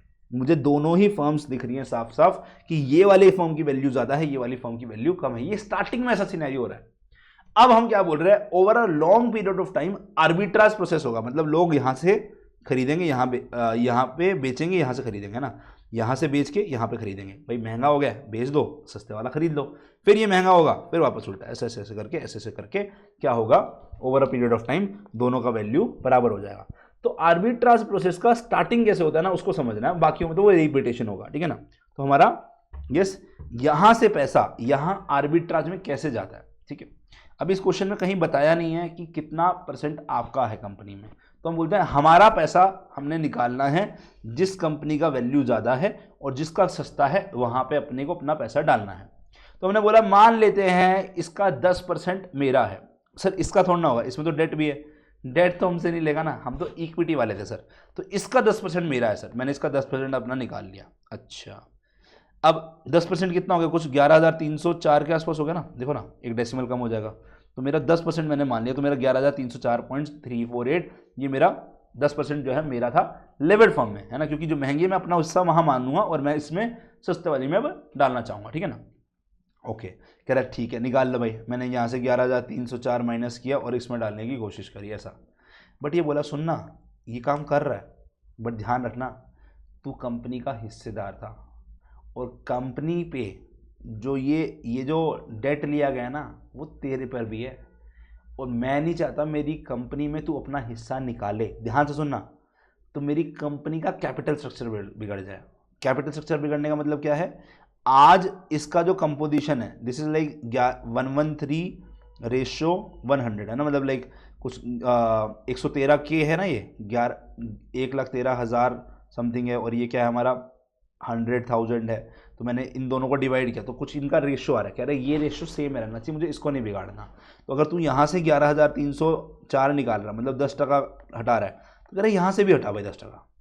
कह रहा है वो डेट रिटायर करके जा, तो तुम क्या करोगे, ये तो निकालोगे साथ में 10% डेट को रिटायर करोगे मतलब तुम बोलोगे मैं अपना पैसा डाल देता हूँ डेट में, या अगर बोलोगे सर मैं कहाँ से डालूँ, मेरे को तो दूसरी कंपनी में 11,304 लगाना, मेरे पास नहीं है। तो कह रहा है एक काम कर, फिर ये जो 10,000 रुपये बनेगा ना, इसका 10%, वो 10% तेरे को लेके तो जाना ही पड़ेगा। मुझे अपनी कंपनी का कैपिटल स्ट्रक्चर में चेंज नहीं लाना। इसका 10% लेके जा रहा तो इसका भी लेके जा, सुनो मेरी बात, इसका 10% मेरे नाम पे दे दो, मेरा हिस्सा था, एंड साथ साथ में आपने क्या बोला, डेट का 10% भी मैं अपने नाम पर ट्रांसफर कर रहा हूँ, है ना। बैंक वालों से बात करी तो बैंक वालों को बोला सुनो मेरी बात, 7% के रेट पर आप मुझे 10,000 रुपये दे दो, है ना, उनके नाम से हटा दो, वो सरदर्दी मेरे नाम पे ट्रांसफर कर दो। उन्होंने बोला ठीक है, 1 लाख के अंदर में से उनका डेट 90,000 हुआ, 10,000 रुपये ये लो आप ले जाओ, और ये 7% के रेट से आपको दे रहे हैं, है ना। तो यहाँ से इसको डेट भी मिला साथ में, और यहाँ से 11,304 भी लेकर आया। तो टोटल पैसा कितना लेकर आया, टोटल पैसा कितना लेकर आया सर, ये टोटल पैसा लेकर आया 21,304, नीचे कहीं लिखा होगा मैंने लिया, ये टोटल पैसा कितना लेकर आया 21,304। जो बातें मैंने बोली है ना वही लिखी हुई है, जो बातें मैंने बोली है ना ये लिखी हुई है। एक किताब क्वेश्चन हम क्लास में जब प्रैक्टिस करते हैं तो लिखवाते हैं, यहाँ पर मैं अभी आपको समझा रहा हूँ। तो ये 21,304 कैसे मैंने आपको बता दिया, ठीक है। अब आप क्या चाहोगे, ये 21,304 जो आपको मिला है ना, इसमें 10,000 का डेट है, मतलब आपको इस पे 7% इंटरेस्ट देना है अभी। तो कुछ 700 रुपये के आसपास हो गया, है ना, 700 रुपये के आसपास आपको इंटरेस्ट देना है। किसको, कह रहे जिनसे डेट लिया है, कह रहे ये तो आपको देना है। बट सुनो, अब आप क्या चाहोगे, इस पैसे को कहीं तो लगाएं जहाँ से आपको सुकून मिले। तो आप क्या होगे, या तो मैं पूरा का पूरा पैसा यहाँ पे लगा देता हूँ, या इस कंपनी में 10% था मेरा, इस कंपनी में 10% था मेरा, अब मैं इस कंपनी में 10% ले लेता हूँ, और यहाँ से जो मुझे इनकम मिलेगी ना उसका 10% मेरे नाम पर आ जाएगा। यहाँ पे जो मेरी इनकम थी ना, यहाँ से जो मेरी इनकम हो रही थी ना, देखो यहाँ की इनकम ये है, यहाँ की इनकम ये है, पहले इसका 10% मेरे नाम पर आ रहा था, अब मेरा इसका 10% हो जाएगा जब मैं इसमें लगाऊंगा। मतलब 2 लाख जो कंपनी की वैल्यू है उसका 10% तुम बोल रहे हो, ये मैं पैसा 20,000 रुपये तुमको देता हूँ। अब इसकी जो है ना कमाई 20,000 की 10% मुझे दे देना। तो तुम कमाई कितनी कर रहे हो, 2,000, ठीक है। बट तुमने ये पैसा जो लिया, इस पैसे में से आपने 700 रुपये तो डेट के इंटरेस्ट में गवा दिया, तो 1,300 रुपये आपकी कमाई बचेगी। और यहाँ से अगर आप कमाई कर रहे होते, तो आपको 13,000 का 10% मिलता, क्योंकि आपका हिस्सा 10% का था ना। ये तो टोटल कमाई है 100% कमाई, और ये 100% कमाई है, आपका हिस्सा 10% का है तो आपको 10% कमाई मिल रही है, हम मान के चल रहे हैं पूरा का पूरा डिविडेंड जा रहा है। तो यहाँ से कमाई 1300 है ना, 13,000 का 10% 1300, और यहाँ से कमाई हमारी 10%, दैट इज 20,000 का 10% 2,000 रुपये, बट 700 रुपये मैंने इंटरेस्ट वाले को दे दिया है, इंटरेस्ट वाले को दे दिया है इंटरेस्ट, तो हमारा कितना बचा, 1300 रुपये की कमाई बची है ना। तो कमाई बराबर होगी। कह रहे सर फायदा क्या, वल्लाह कोई फायदा ही नहीं हुआ। कह रहा हुआ, ये पैसा आपने 20,000 रुपये लगाया आपने, है ना, ये पैसा 20,000 लगाया और पैसा आपके जेब में 21,304 आया था, तो इसमें से 20,000 गया, आपकी जेब में 1,304 रुपये बच गया और कमाई हिली भी नहीं। 2,000 की कमाई हुई, 700 रुपये इंटरेस्ट दिया, 1,300 यहाँ से कमाई हुई जब हमने अनलेवर्ड में किया, और यहाँ पे भी 1,300 रुपये की कमाई चल रही है और 1,304 रुपये मैंने जेब में बचा लिया। तो ये आर्बिट्राज से फायदा होता है, इसीलिए लोग आर्बिट्राज करना प्रेफर कर रहे होते हैं। ठीक है, तो ये एक तरीका है। यस, ओके, तो ये हमारा था सेकंड तरीका, जब मैंने 10% share in the lower value firm में डाल दिया। दूसरा क्या है, मैं पूरा का पूरा 21,304 डाल दूंगा, तो 21,304 में मुझे कितना शेयर मिलेगा, क्या करोगे, ये वैल्यू का 21,304 करना है ना, तो 21,304 डिवाइड बाय 2 लाख, देख लो कितना परसेंट है, टोटल परसेंटेज 100% है, उसमें से 21,304 के कितने परसेंट हो ये देख लो, कुछ 11-12% के आसपास आएगा, है ना। देखो ना कितना बन रहा है, देखें 10.6 है ना, 10.652% बन रही है यही वैल्यू। यस, इंटू 100% कर दिया ना इसने यहाँ पर। यस, तो ये 10.652% बन रही है। आपने क्या बोला, 10.652%। अब 2 लाख जो टोटल कंपनी की वैल्यू थी उसका 10.652% मेरा हो गया, तो इसका मतलब जो कमाई 13,000 की है उस कमाई का भी, है ना, कमाई कितनी थी 20,000 रुपये, उस कमाई का भी 10.652% अब मेरा हो गया। तो कमाई कितनी बन गई है हमारी, 21,100 के आसपास हो गई ना, 2130.4 हो गई। अब इसमें से तुमने 700 रुपये इंटरेस्ट दे दिया, तो तुम्हारी कमाई कितनी होगी, 1,430 रुपये होगी। पहले कितनी थी हमारी वहाँ पर, 1,300 रुपये थी, है ना। हमारी दूसरी कंपनी में कितनी थी कमाई, हमारा यहाँ पर उस टाइम पे 10% था, तो यहाँ पे कमाई इसका 10% था, दैट इज़ 1,300 रुपये। अब कमाई कितनी हो गई है मेरी, 1,430। ये कब हुआ, जब मैंने अपनी कंपनी में जितना 21,304 उधर से निकाला था वो पूरा का पूरा डाल दिया, तो मेरी कमाई 130.4 रुपये से बढ़ गई है ना।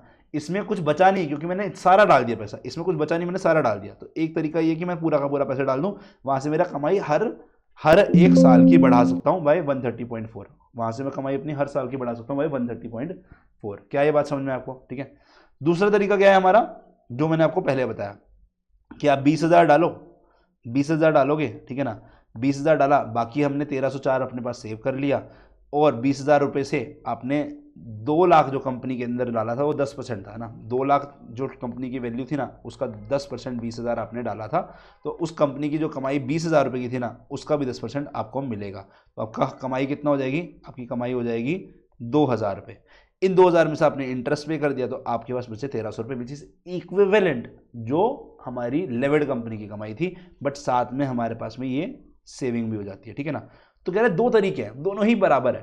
कह रहे आप क्या करो, आप 1,300 रुपये बचा लो और सेम कमाई करते रहो, या फिर आप पूरा का पूरा पैसा जो लेवर्ड कंपनी से निकाला वो डाल दो, उससे आपकी 130.4 रुपये कमाई बढ़ा लो, ठीक है। So you have 2 option, you can choose any of the option. ये है जब लेवर्ड कंपनी हमारी महंगी है और अनलेवर्ड कंपनी हमारी सस्ती है। बट सर अगर उल्टा हुआ तो, अब देखो एक ऐसा सिनेरियो बनाया यू लिमिटेड और एल लिमिटेड का, यू लिमिटेड में डेट था, कॉस्ट ऑफ डेट हमारा 7% था, कॉस्ट ऑफ इक्विटी यहाँ 18% थी, कॉस्ट ऑफ इक्विटी यहाँ 10% थी, नेट ऑपरेटिंग इनकम मुझे 20,000 दे रखी है, मतलब ईबीआईटी है ना, यहाँ पे 20,000 दे रखी है, तो 20,000 ईबीआईटी, इंटरेस्ट इसमें है नहीं, इसमें 7,000 इंटरेस्ट काट दिया, बिकॉज 7% ऑफ 1 लाख काट दिया, ठीक है। तो 20,000 का को 10% से डिवाइड किया, बना 2 लाख रुपये, तो ये 2 लाख रुपये की वैल्यू यहाँ आ रही है। इसको इससे डिवाइड करा, कितना बना, मेरा वैल्यू ऑफ इक्विटी बन गया, नेट इनकम को के से डिवाइड किया, दैट इज 72,222, प्लस में मेरे पास में डेट था 1 लाख का, तो ये वैल्यू ऑफ डेट, तो एस प्लस डी मुझे वैल्यू ऑफ फर्म मिलेगा, एस प्लस डी मुझे, यहाँ पे डेट तो 0 ही है, तो मेरा ये बनेगा। अब मेरा अनलेवर्ड जिसमें इंटरेस्ट नहीं है, वो अनलेवर्ड है, वो मेरी महंगी है, ये सस्ती है। अब क्या करूँगा मैं, इसका मान लेते हैं 10% निकालता हूँ, है ना, बताया नहीं ना कंपनी में, हाँ नहीं बताया, तो मान लेते हैं अब मैं इसका 10% निकालूंगा और इसमें डालूंगा, ठीक है। तो यहाँ से 10% निकाला, अब मेरे पास में ध्यान से सुनना, यहाँ से 10% निकाला, डेट तो है नहीं, तो कोई टेंशन वाली बात ही नहीं है, तो सीधा 10% निकाल ले, तो कितना पैसा निकालेगा, 20,000 रुपये। तूने 20,000 रुपये निकाला, अब इसमें डाला, अब कैसे डालूंगा 20%? 20,000। बेटा वो बोल रहा है मेरा स्ट्रक्चर नहीं बिगड़ना चाहिए, तो कह रहा है 20,000 पूरा का पूरा डालना है, पूरा का पूरा डाल। बट ये इसी हिसाब से जाएगा जो स्ट्रक्चर पहले है। कह रहे डेट और जो इक्विटी यहां पर हो रही है ना 1,00,000 रेशियो 72,000, वो स्ट्रक्चर नहीं चेंज होना चाहिए। तो तुम क्या करोगे, ठीक है कोई बात नहीं सर, 72,222 इसका हिस्सा है, डिवाइडेड बाय टोटल कितना है 1,72,022 72,222, ये रेशियो में आप 20,000 रुपये आप क्या डाल दोगे, इक्विटी में डाल दोगे, और 1,00,000 जो हिस्सा बनता है हमारा डेट का, उसका रेशियो टोटल के साथ लिया, इस रेशियो में हम जो है 20,000 का हिस्सा इसमें डाल देंगे, है ना। ऑब्वियसली बात है ना, बचा हुआ पार्टी होगा ना, देखो इसका बचा हुआ पार्टी है ना भाई, 1,72,000 का बचा हुआ part after subtracting this amount ये है, तो इसका मतलब क्या हुआ, जो 20,000 का हिस्सा यहाँ चला गया, बचा हुआ यहाँ पर आ जाएगा, ठीक है। तो हम इस प्रकार से डाल देंगे, ठीक है। तो हमने ये किया, 72,222 डिवाइड बाई 1,72,222 इंटू 20,000, ये हिस्सा हमने किस में डाला, डेट में डाला। और डेट में नहीं, ये हमने शेयर्स खरीद लिए, शेयर्स खरीद लिए मतलब नहीं, हमने एस में डाल दिया, इक्विटी में डाल दिया, ठीक है।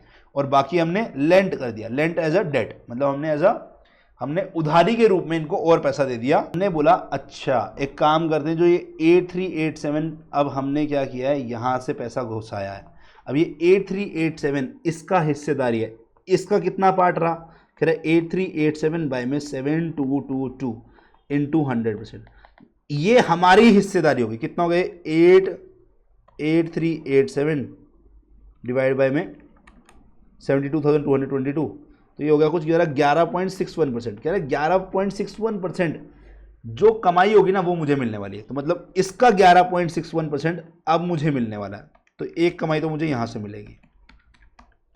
अब ये होगा कुछ 1,510 रुपये के आसपास, 1,509 के आसपास आ रहा है, 1,509 के आसपास आ रहा है, थोड़ा बहुत अप्रोक्सीमेशन होगा क्योंकि यहाँ पे 0.22 था, मैंने डेसिमल वगैरह का थोड़ा किया होगा, तो 2-3 रुपये में ऊपर नीचे हो जाएगा, टेंशन मत लेना उसकी, ठीक है। तो 1,510 रुपये कमाई यहाँ होगी। सर और कोई कमाई होगी यहाँ से क्या, कह रहा होगी ना, आपने कुछ 11,000 रुपये के आसपास में यहाँ पर इसको और डेट दिया है। अब मैं मान के चलूंगा सेम रेट पे डेट दिया जो मैंने पहले दिया था, तो पहले इसका जो रेट डेट का मिला उसको 7% पे मिला, तो आप 11,000 जो भी समथिंग वैल्यू था ना उसका 7% ले लेना। ये आपने डेट देकर एज अ इंटरेस्ट उससे कमाया, तो डेट देकर एज अ इंटरेस्ट कमाया, देख लेते हैं कितना आ रहा है, देखो 11,613 का 7%, और इसने 1,509 रुपये के आसपास यहाँ से कमाया। इन्होंने अलग तरीके से कैलकुलेशन किया, उन्होंने बोला देखो 8387 है ना, कमाई का रेट 18% है, तो यहाँ से मल्टीप्लाई कर दो इसको। तुम इसकी जगह में मैंने क्या बोला, तुम क्या करना 11.61% जो हमारा हिस्सेदारी थी कंपनी की, तुम उसको टोटल कमाई से मल्टीप्लाई कर दो, है ना, वो भी तुम्हारे को इतना ही रेट लाकर दे रही है, इतना ही अमाउंट लाकर दे रही है। तो टोटल कमाई कितनी होगी 2,322 रुपये। ये कब है, जो 20,000 तुमने लेवेड अनलेवेड कंपनी से निकाला अपना 10% हिस्सा और पूरा का पूरा यहाँ डाला, तो उससे कमाई तुम्हारी कितनी हो गया 2,322 रुपये। यहाँ कमाई कितनी थी हमारी, इस कमाई का 10% हिस्सा, इस कमाई का 10% कितना हो गया हमारा 2,000 रुपये, हमारा हिस्सा था यहाँ पर हमारा 2,000 रुपये का, ठीक है। तो मेरी कमाई कितनी बढ़ गई है, मेरी कमाई 322 रुपीज़ से बढ़ गई है, मेरी कमाई 322 रुपीज़ से बढ़ गई है। अच्छा ये तो बढ़िया बात होगी सर, एक तरीका ये है। दूसरा तरीका क्या है, इस कंपनी में 10% डालना, उस कंपनी में 10% ही डालूंगा। तो 10% अगर मैं डालूंगा तो मतलब इसका 10% इंटू में इसका 10% मैं हिस्सा डालूंगा, ठीक है। सर दोनों का डालना पड़ेगा भाई, मैंने बोला ना मैं कभी भी अपना कैपिटल स्ट्रक्चर चेंज नहीं कर सकता। तो अगर इसमें मेरे को डालना है 7,222, तो इसका भी मुझे 10,000 डालना पड़ेगा, तभी जाके मेरा कैपिटल स्ट्रक्चर चेंज नहीं होगा। मेरे को लेवरेज चेंज नहीं करनी, तो सेम हिस्सा जाएगा दोनों में। तो अब इसकी वजह से इतना जितना जो परसेंटेज बनेगा, है ना, जो परसेंटेज बनेगा मतलब 10% बन रहा है, तो 10% कमाई मेरी यहाँ से हुई 1,300 रुपये की, ठीक है। और इसका 7% जो इंटरेस्ट रेट था उसके हिसाब से 700 रुपये की कमाई यहाँ, तो 700 प्लस 1,300 2,000 रुपये की कमाई यहाँ, और यहाँ भी 10% की कमाई थी, इसका 10% मिल रहा था, 2,000 रुपये की कमाई यहाँ। तो कमाई सेम रही, बट पैसा कितना घुसाया आपने, ये पैसा घुसाया, तो that was 10,000 in debt plus में 7,222 इन इक्विटी, 17,222। और बचाया कितना था आपने बचाया था 20,000 रुपये। तो 20,000 माइनस 17,222 में से आपकी पहले से ही बचत होगी, कितना लगभग 2,800 के आसपास, है ना, 2,778 रुपये के आसपास में आपकी पहले से ही बचत होगी। तो कह रहे एक तरीका ये है कि आप सेम कमाई करो और कुछ पैसा पहले ही सेव कर लो। तो दूसरा तरीका हमने जो बताया आपको वो क्या था, देखो ये वाला, कि आप क्या करो कि आपने 10% वहां से पहले यू लिमिटेड में डाल रखा था, वो आपने निकाला अपना, और एल लिमिटेड में भी 10% ही डाला, तो 10% आपका डेट में जाएगा, इक्विटी का जाएगा, 10% इक्विटी का गया, 10% डेट का गया, तो टोटल पैसा कितना घुसा, इतना। आपकी स्टार्टिंग में ही बचत हो गई है 2778 रुपये के आसपास, है ना।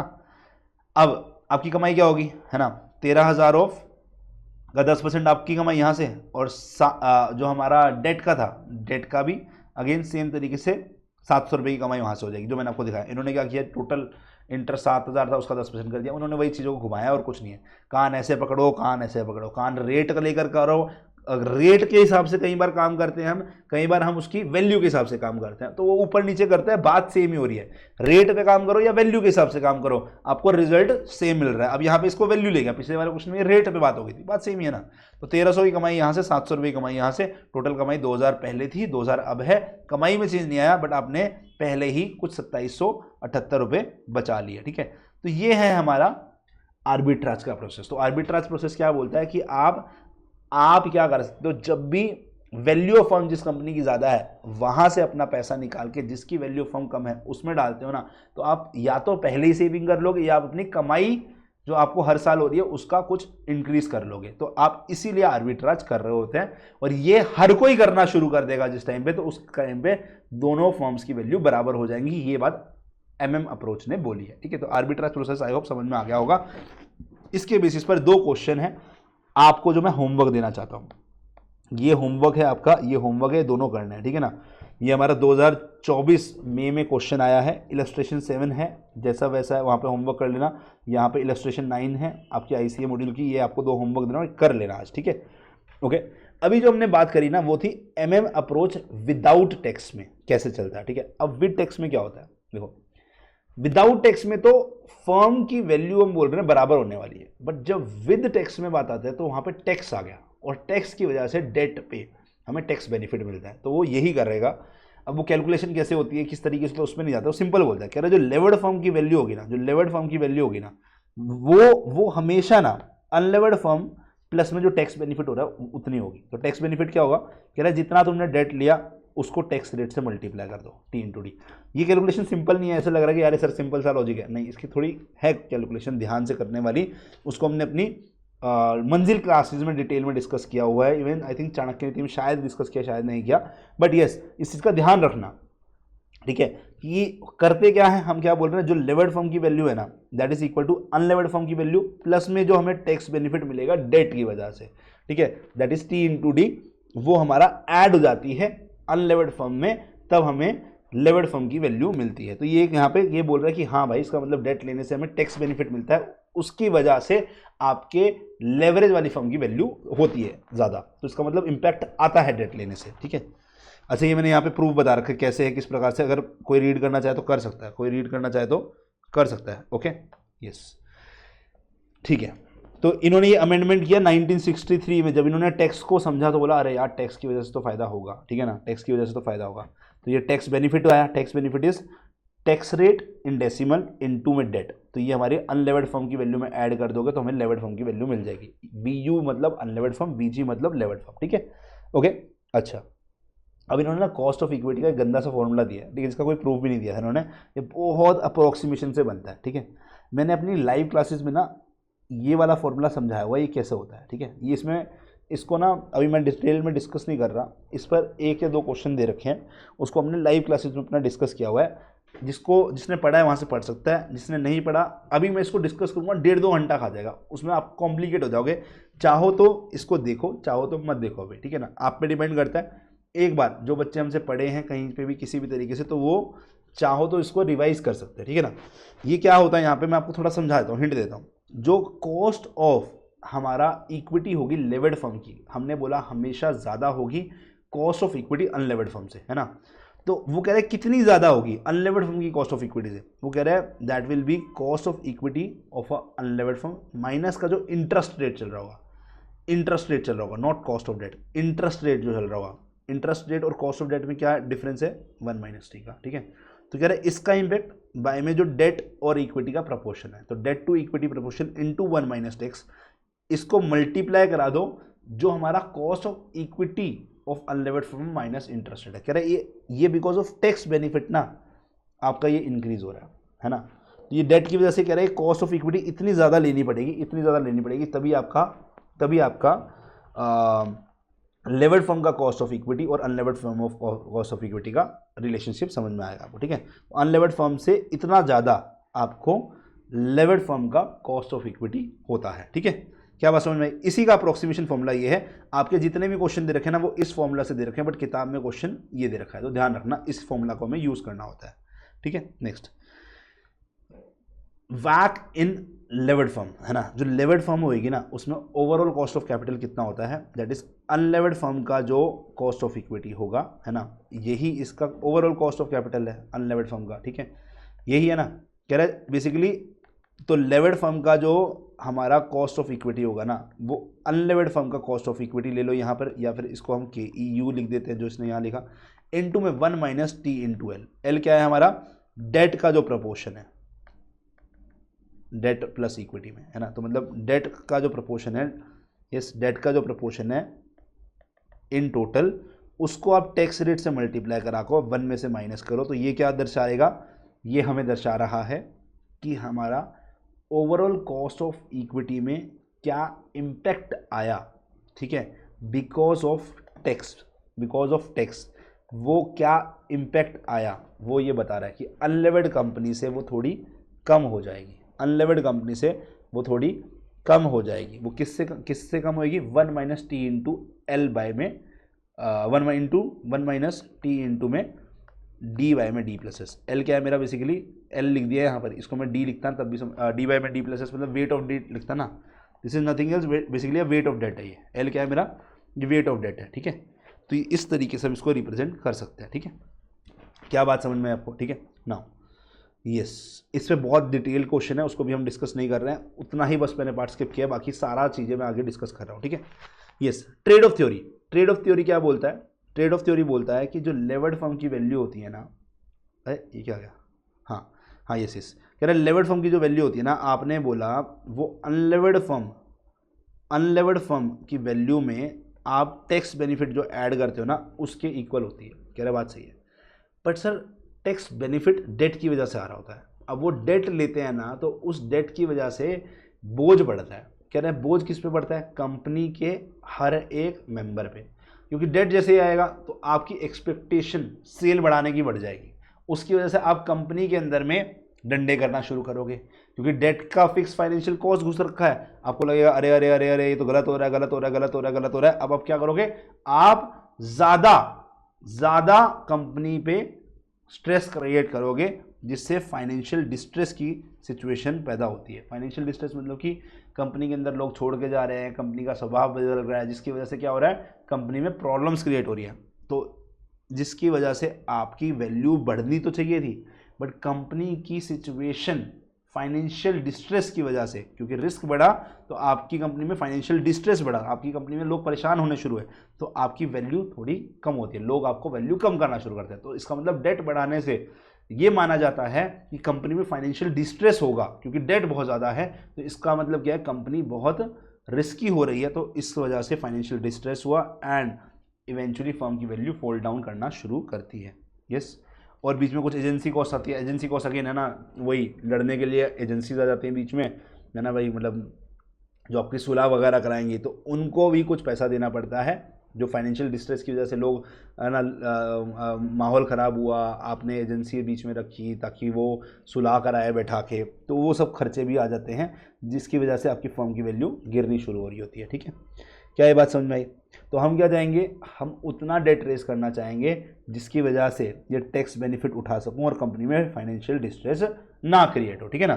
तो ये हमारा वो ऑप्टिमल कैपिटल स्ट्रक्चर देगा, ये थोड़ा हमने यहाँ बनाया, यहाँ होना चाहिए था ये लोग, ठीक है। तो ये हमारे को बनाना होगा, ठीक है। तो ये देखो ये स्ट्रक्चर है, बस सिंपल यही बात हमारी की हुई है, इसी के ऊपर हमने पूरा किताब में ये लिखा हुआ है, ये पढ़ लेना, जो भी मैंने बोला वही लिखा हुआ है, इसको समझ लेना, ठीक है। नाउ आगे, यस ये सब वही लिखा हुआ है, इसको पढ़ लेना, ठीक है, ये थ्योरी है।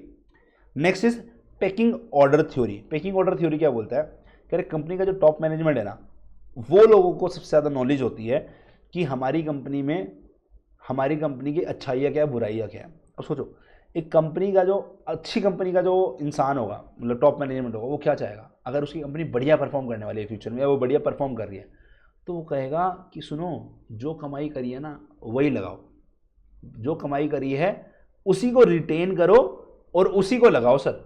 तो सबसे पहले वो क्या जाएगा, इंटरनल फाइनेंस लगाना, मतलब कि रिटेन्ड अर्निंग का यूज करना चाहेगा वो, है ना, क्योंकि उसको पता है कि ये कंपनी बढ़िया कह रहे, अंदर से पैसा वो निकालो सर, वही बेटर है, क्योंकि भाई क्यों किसी को देना, कंपनी बढ़िया कर रही है। फिर वो बोल रहे हैं कि अगर टॉप मैनेजमेंट की कंपनी अच्छी जा रही होगी तो क्या करेगा, अगर कंपनी के अंदर में उनको फिर भी बाहर से रेस करना होगा ना फाइनेंस, तो जहां से अगर कंपनी अच्छा परफॉर्म करी है तो जहां से सस्ता मिल रहा होगा ना, कम कॉस्ट ऑफ कैपिटल में मिल रहा होगा, वहां पर जाना प्रेफर करेगा। कह रहे डेट के थ्रू, कह रहे अगर कंपनी की हालत टाइट होनी शुरू हो रही है ना, कह रहे तभी वो external finance in the form of equity share capital या फिर प्रेफरेंस शेयर कैपिटल रेस करते हैं, अदरवाइज वो नहीं करना चाहेंगे। ये इन्होंने बोला कि मैनेजमेंट का ये पॉइंट ऑफ व्यू होता है, ऐसा जरूरी नहीं कि यही हो कंपनी में, बट मैनेजमेंट का पॉइंट ऑफ व्यू ऐसा होता है कि वो सबसे पहले अगर कंपनी अच्छा परफॉर्म करे तो इंटरनल फाइनेंस, अगर सिचुएशन की नीड पड़ती है तो डेट, एक्सटर्नल फाइनेंस तो तब आता है जब कंपनी की हालत टाइट नहीं है। जरूरी नहीं ऐसा हो, है ना, हालत टाइट है, कंपनी की हालत टाइट है तभी एक्सटर्नल फाइनेंस आता है। तो ये पैकिंग ऑर्डर थ्योरी बोलता है, जरूरी नहीं ऐसा हो, बट ये पैकिंग ऑर्डर थ्योरी के अकॉर्डिंगली ऐसा बोला गया, ठीक है। यस, ये किन्होंने दी थी, Stewart C Myers and Nicholas Majluf, ठीक है। यस, इन्होंने ये थ्योरी दी थी और यही बात करी थी जो हमने बोला कि एसिमेट्रिक इन्फॉर्मेशन होती है, सबसे ज़्यादा इन्फॉर्मेशन हमारे टॉप मैनेजमेंट के पास होती है, बाहर इन्वेस्टर के पास कुछ होती है, किसी को जो बाकी लोग होते हैं जिनसे पैसा रेस करना, तो उनको हम कुछ पार्ट दिखाते हैं, कुछ पार्ट नहीं दिखाते हैं। तो सबसे पहले हमारी अगर कंपनी बढ़िया चल रही होगी तो वो इंटरनल फाइनेंस का यूज़ कर रहा होगा, फिर सेकेंड नंबर पर डेट पे और तीसरे नंबर पर एक्सटर्नल फाइनेंस, बट जरूरी नहीं ऐसा हो, है ना, बट ये थ्योरी ऐसा बोलती है कि ऐसा होता है, बस सिंपल बात, ठीक है, क्लियर है ना।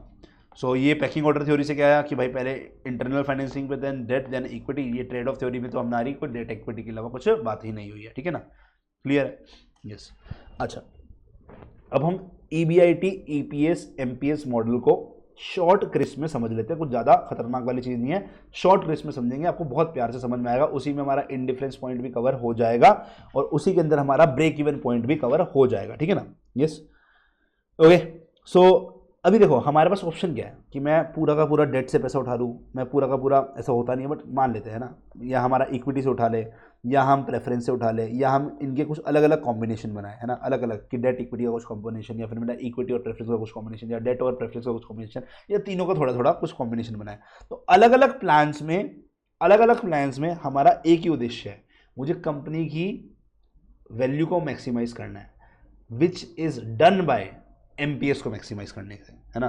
तो which is done by MPS को मैक्सिमाइज करने से, कह रहा है कंपनी का MPS मैक्सिमाइज कर दिया ना अगर आपने, सेम EBIT के लिए आप MPS मैक्सिमाइज कर दो, बट अगर MPS के लिए आपको एक डेटा चाहिए होता है PE, या तो MPS की वैल्यू डायरेक्ट पता हो, या आपको PE रेशियो दे रखा है। तो PE रेशियो क्या होता है, हमने पढ़ा हुआ है ना, PE रेशियो होता है हमारा MPS बाय EPS। तो बेसिकली क्या है कि 1 रुपए की अर्निंग के लिए आप कितना रुपए पे करने के लिए रेडी हैं, वो PE ratio, price to earning ratio बताता है ना। तो यहां से MPS मेरा होता है PE रेशियो इनटू EPS, तो यहां पे मैं इसको मैक्सिमाइज करना चाहूंगा, बट अगर मुझे ये रेशियो नहीं दे रखा है, MPS का कोई कन्वर्जन वैल्यू नहीं दे रखा, तो हम EPS को ही ध्यान रख लेते हैं, इसलिए इसने EPS को बताया। कह रहा है सबसे पहले हम चाहेंगे कि हम MPS को मैक्सिमाइज करें at same EBIT level, but अगर इन केस MPS नहीं निकाल सकते तो आप EPS को चेक करो कि हमारा EPS किस में मैक्सिमम हो रहा है, ठीक है ना। अब इसको एग्जाम्पल से के थ्रू से समझते हैं। तो मैंने आपको ये सब चीज़ें बता रखी है ना कि देखो कैसे कैलकुलेशन चलती है, सेल्स में से वेरिएबल कॉस्ट गया, फिर कंट्रीब्यूशन आता है, कंट्रीब्यूशन से फिक्स कॉस्ट गया, फिर EBIT आता है, EBIT में से इंटरेस्ट गया तो EBT आता है, EBT में से टैक्स गया तो EAT आता है, EAT में से प्रेफरेंस डिविडेंड गया तो मेरा नेट इनकम आती है, जिसको हम earning available to equity share holder भी बोलते हैं। इसको नंबर ऑफ शेयर से डिवाइड करते हैं तो EPS आता है, और इसको प्राइस अर्निंग रेशियो से मल्टीप्लाई किया तो हमारा MPS आता है, ठीक है। तो मैं चाहूँगा एट सेम EBIT लेवल, ये वाली चीज़ों के बाद सेम EBIT लेवल पे चेक करेंगे MPS किस में मैक्सिमम हो रहा है। तो हमने क्या किया, एक क्वेश्चन पकड़ा, उसके अलग अलग सिनेरियो थे कि अगर मैंने शेयर्स के थ्रू से, है ना, 25,000 शेयर के थ्रू से मैंने इन्वेस्टमेंट डाला है, 10 रुपये का एक शेयर, मतलब कुछ 2.5 लाख रुपये के आसपास, या 2.5 लाख रुपये का डेट लेकर, या 2.5 लाख रुपये का 2500 रुपये preference, 2500 preference share eight 100 rupees, again वही 2.5 लाख रुपये में हमने प्रेफरेंस डिविडेंड लिया। तो कह रहे कौन सा बेटर है, देखो स्टार्टिंग में सब पे सेम EBIT लेवल, पहले ऑप्शन में हमारे पास में नंबर ऑफ शेयर इतने थे, दूसरे में 1 लाख और यहाँ पर 1 लाख। सिंपल है ना। देखो कैसे निकाला हमने, कह रहे पहले से ही आपकी कंपनी में 1 लाख शेयर तो थे, आपने न्यू शेयर 25,000 और इशू कर दी, तो यहाँ पे 1,25,000 पहले सिचुएशन में। दूसरे में आपने कोई शेयर इशू नहीं करे तो 1 लाख ही रह गए। तीसरे में प्रेफरेंस शेयर डाला तो यहाँ भी 1 लाख ही रह गए। शेयर्स का ध्यान रखना, यहाँ पे 1,25,000, 1 लाख और 1 लाख। इक्विटी की वजह से आपके शेयर्स बढ़ते हैं, इक्विटी वाले की वजह से आपका शेयर बढ़ता है, ध्यान रखना, ठीक है। और बाकी सारी कैलकुलेशन में कहीं इंटरेस्ट नहीं, कहीं प्रेफरेंस डिविडेंड नहीं, कुछ माइनस नहीं, बस शेयर्स की वैल्यू जो डिवाइड होने वाली है वो बढ़ जाएगी। यहाँ क्या हुआ, 3 लाख जब डेट लिया तो 3,12,000 में से इंटरेस्ट काटा, मुझे ईबीटी मिला, उसमें से टैक्स काटा, मुझे ईएटी मिला। अब प्रेफरेंस डिविडेंड होगा नहीं क्योंकि यहाँ पे सिर्फ डेट उठाया था। अब इसमें शेयर कौन से डिवाइड होंगे, मेरे पहले वाले 1 लाख ओल्ड जो थे, तो मैंने नेट इनकम को शेयर से डिवाइड किया तो मेरा ईपीएस है 1.463, यहाँ पे ईपीएस है मेरा 1.25, तो ईपीएस तो दिख रहा है बेटर है ना। अच्छा, इस केस में हमारे पास जब हमने प्रेफरेंस शेयर से किया तो प्रेफरेंस शेयर में क्या मिलेगा, सिर्फ मुझे प्रेफरेंस डिविडेंड देना पड़ेगा। तो मैंने प्रेफरेंस डिविडेंड पे कैलकुलेशन करी सेम तरीके से, है ना। ईबीआईटी में से इंटरेस्ट तो है नहीं, तो मेरा ईबीटी भी इतना होगा, उसमें से टैक्स काटा, ईएटी मिला, इसमें से प्रेफरेंस डिविडेंड काटा, मुझे नेट इनकम मिली। इसको डिवाइड किया नंबर ऑफ शेयर से तो मुझे ईपीएस मिला 1.363, है ना। ऑब्वियसली प्रेफरेंस डिविडेंड हमेशा महंगा होता है, ये दिख भी रहा है ना, कि सेम प्रेफरेंस डिविडेंड पे किया जो मेरा इंटरेस्ट पे किया था, बट क्योंकि ये आफ्टर टैक्स होता है, इसी वजह से लेवरेज चैप्टर में पढ़ते भी हम, है ना, इसी वजह से हमारा जो है ना, हमको ये कम अर्निंग करके देगा पर शेयर की इन कंपैरिजन टू हमारा क्या नाम है डेट। बट अभी तो लग रहा है यार सबसे बेकार ये है, सबसे बढ़िया ये है, उसके बाद ये है, ठीक है ना। बट अगर मान लो पी रेशो हमारा ऑल इक्विटी वाले का ज़्यादा है ना, डेट वाले की वजह से यहाँ पे हमने पी रेशो कम माना, है ना, तो हमारा एमपीएस चेंज हो गया। अब इसमें क्या दिखा मुझे, MPS although EPS of come situation 1 was less, but मेरा एमपीएस इसका ज़्यादा हो रहा है, तो आई विल प्रेफर दिस, है ना, आई विल प्रेफर दिस, क्योंकि मेरा एमपीएस ज़्यादा मतलब मेरी फर्म की वैल्यू लॉन्ग टर्म में मैक्सिमाइज हो रही है, तो मैं इसको प्रेफर करना चाहूँगा। अदरवाइज मैं ईपीएस को देखता अगर वो मुझे नहीं दे रखा था। नाउ इनडिफरेंस पॉइंट और हमारा financial break even point, 2 point पे बात करें, इनडिफरेंस और financial break even point. Indifference point क्या बोलता है, कह रहा है एक ऐसा ईबीआईटी का लेवल जब मेरी अनलेवर्ड कंपनी जो ऑल इक्विटी है और एक ऐसी कंपनी जिसमें मैं डेट बढ़ा रहा हूँ, है ना, जिसमें डेट बढ़ा रहा हूँ, ठीक है, यस वो वाली कंपनी कह रही है ये मेरी अनलेवर्ड कंपनी है, मेरी लेवर्ड कंपनी, ये मेरी अनलेवर्ड कंपनी है, मेरी लेवर्ड कंपनी, उन दोनों में मुझे सेम ईपीएस मिल जाए, मतलब 2 कंपनीज में जिसमें मुझे सेम ईपीएस मिल जाए, EPS from debt is equal to EPS from equity वाली कंपनी, उनका ईबीआईटी का वैल्यू क्या होगा, यस वो ईबीआईटी की वैल्यू हमारा इनडिफरेंस पॉइंट बनाएगी। कह रहा है ऐसी ईबीआईटी की वैल्यू, ऐसी अर्निंग की वैल्यू जिसके अंदर में डेट से जो मेरी कमाई हो रही है और इक्विटी से जो कमाई हो रही है वो सेम हो, वो हमारा इनडिफरेंस पॉइंट करता है। क्यों, क्योंकि इनडिफरेंस पॉइंट से हमें ये समझ में आएगा, उससे पहले देखेंगे तो इक्विटी वाली बेटर है ना, और उसके बाद देखते तो डेट वाली बेटर है, याद रखना।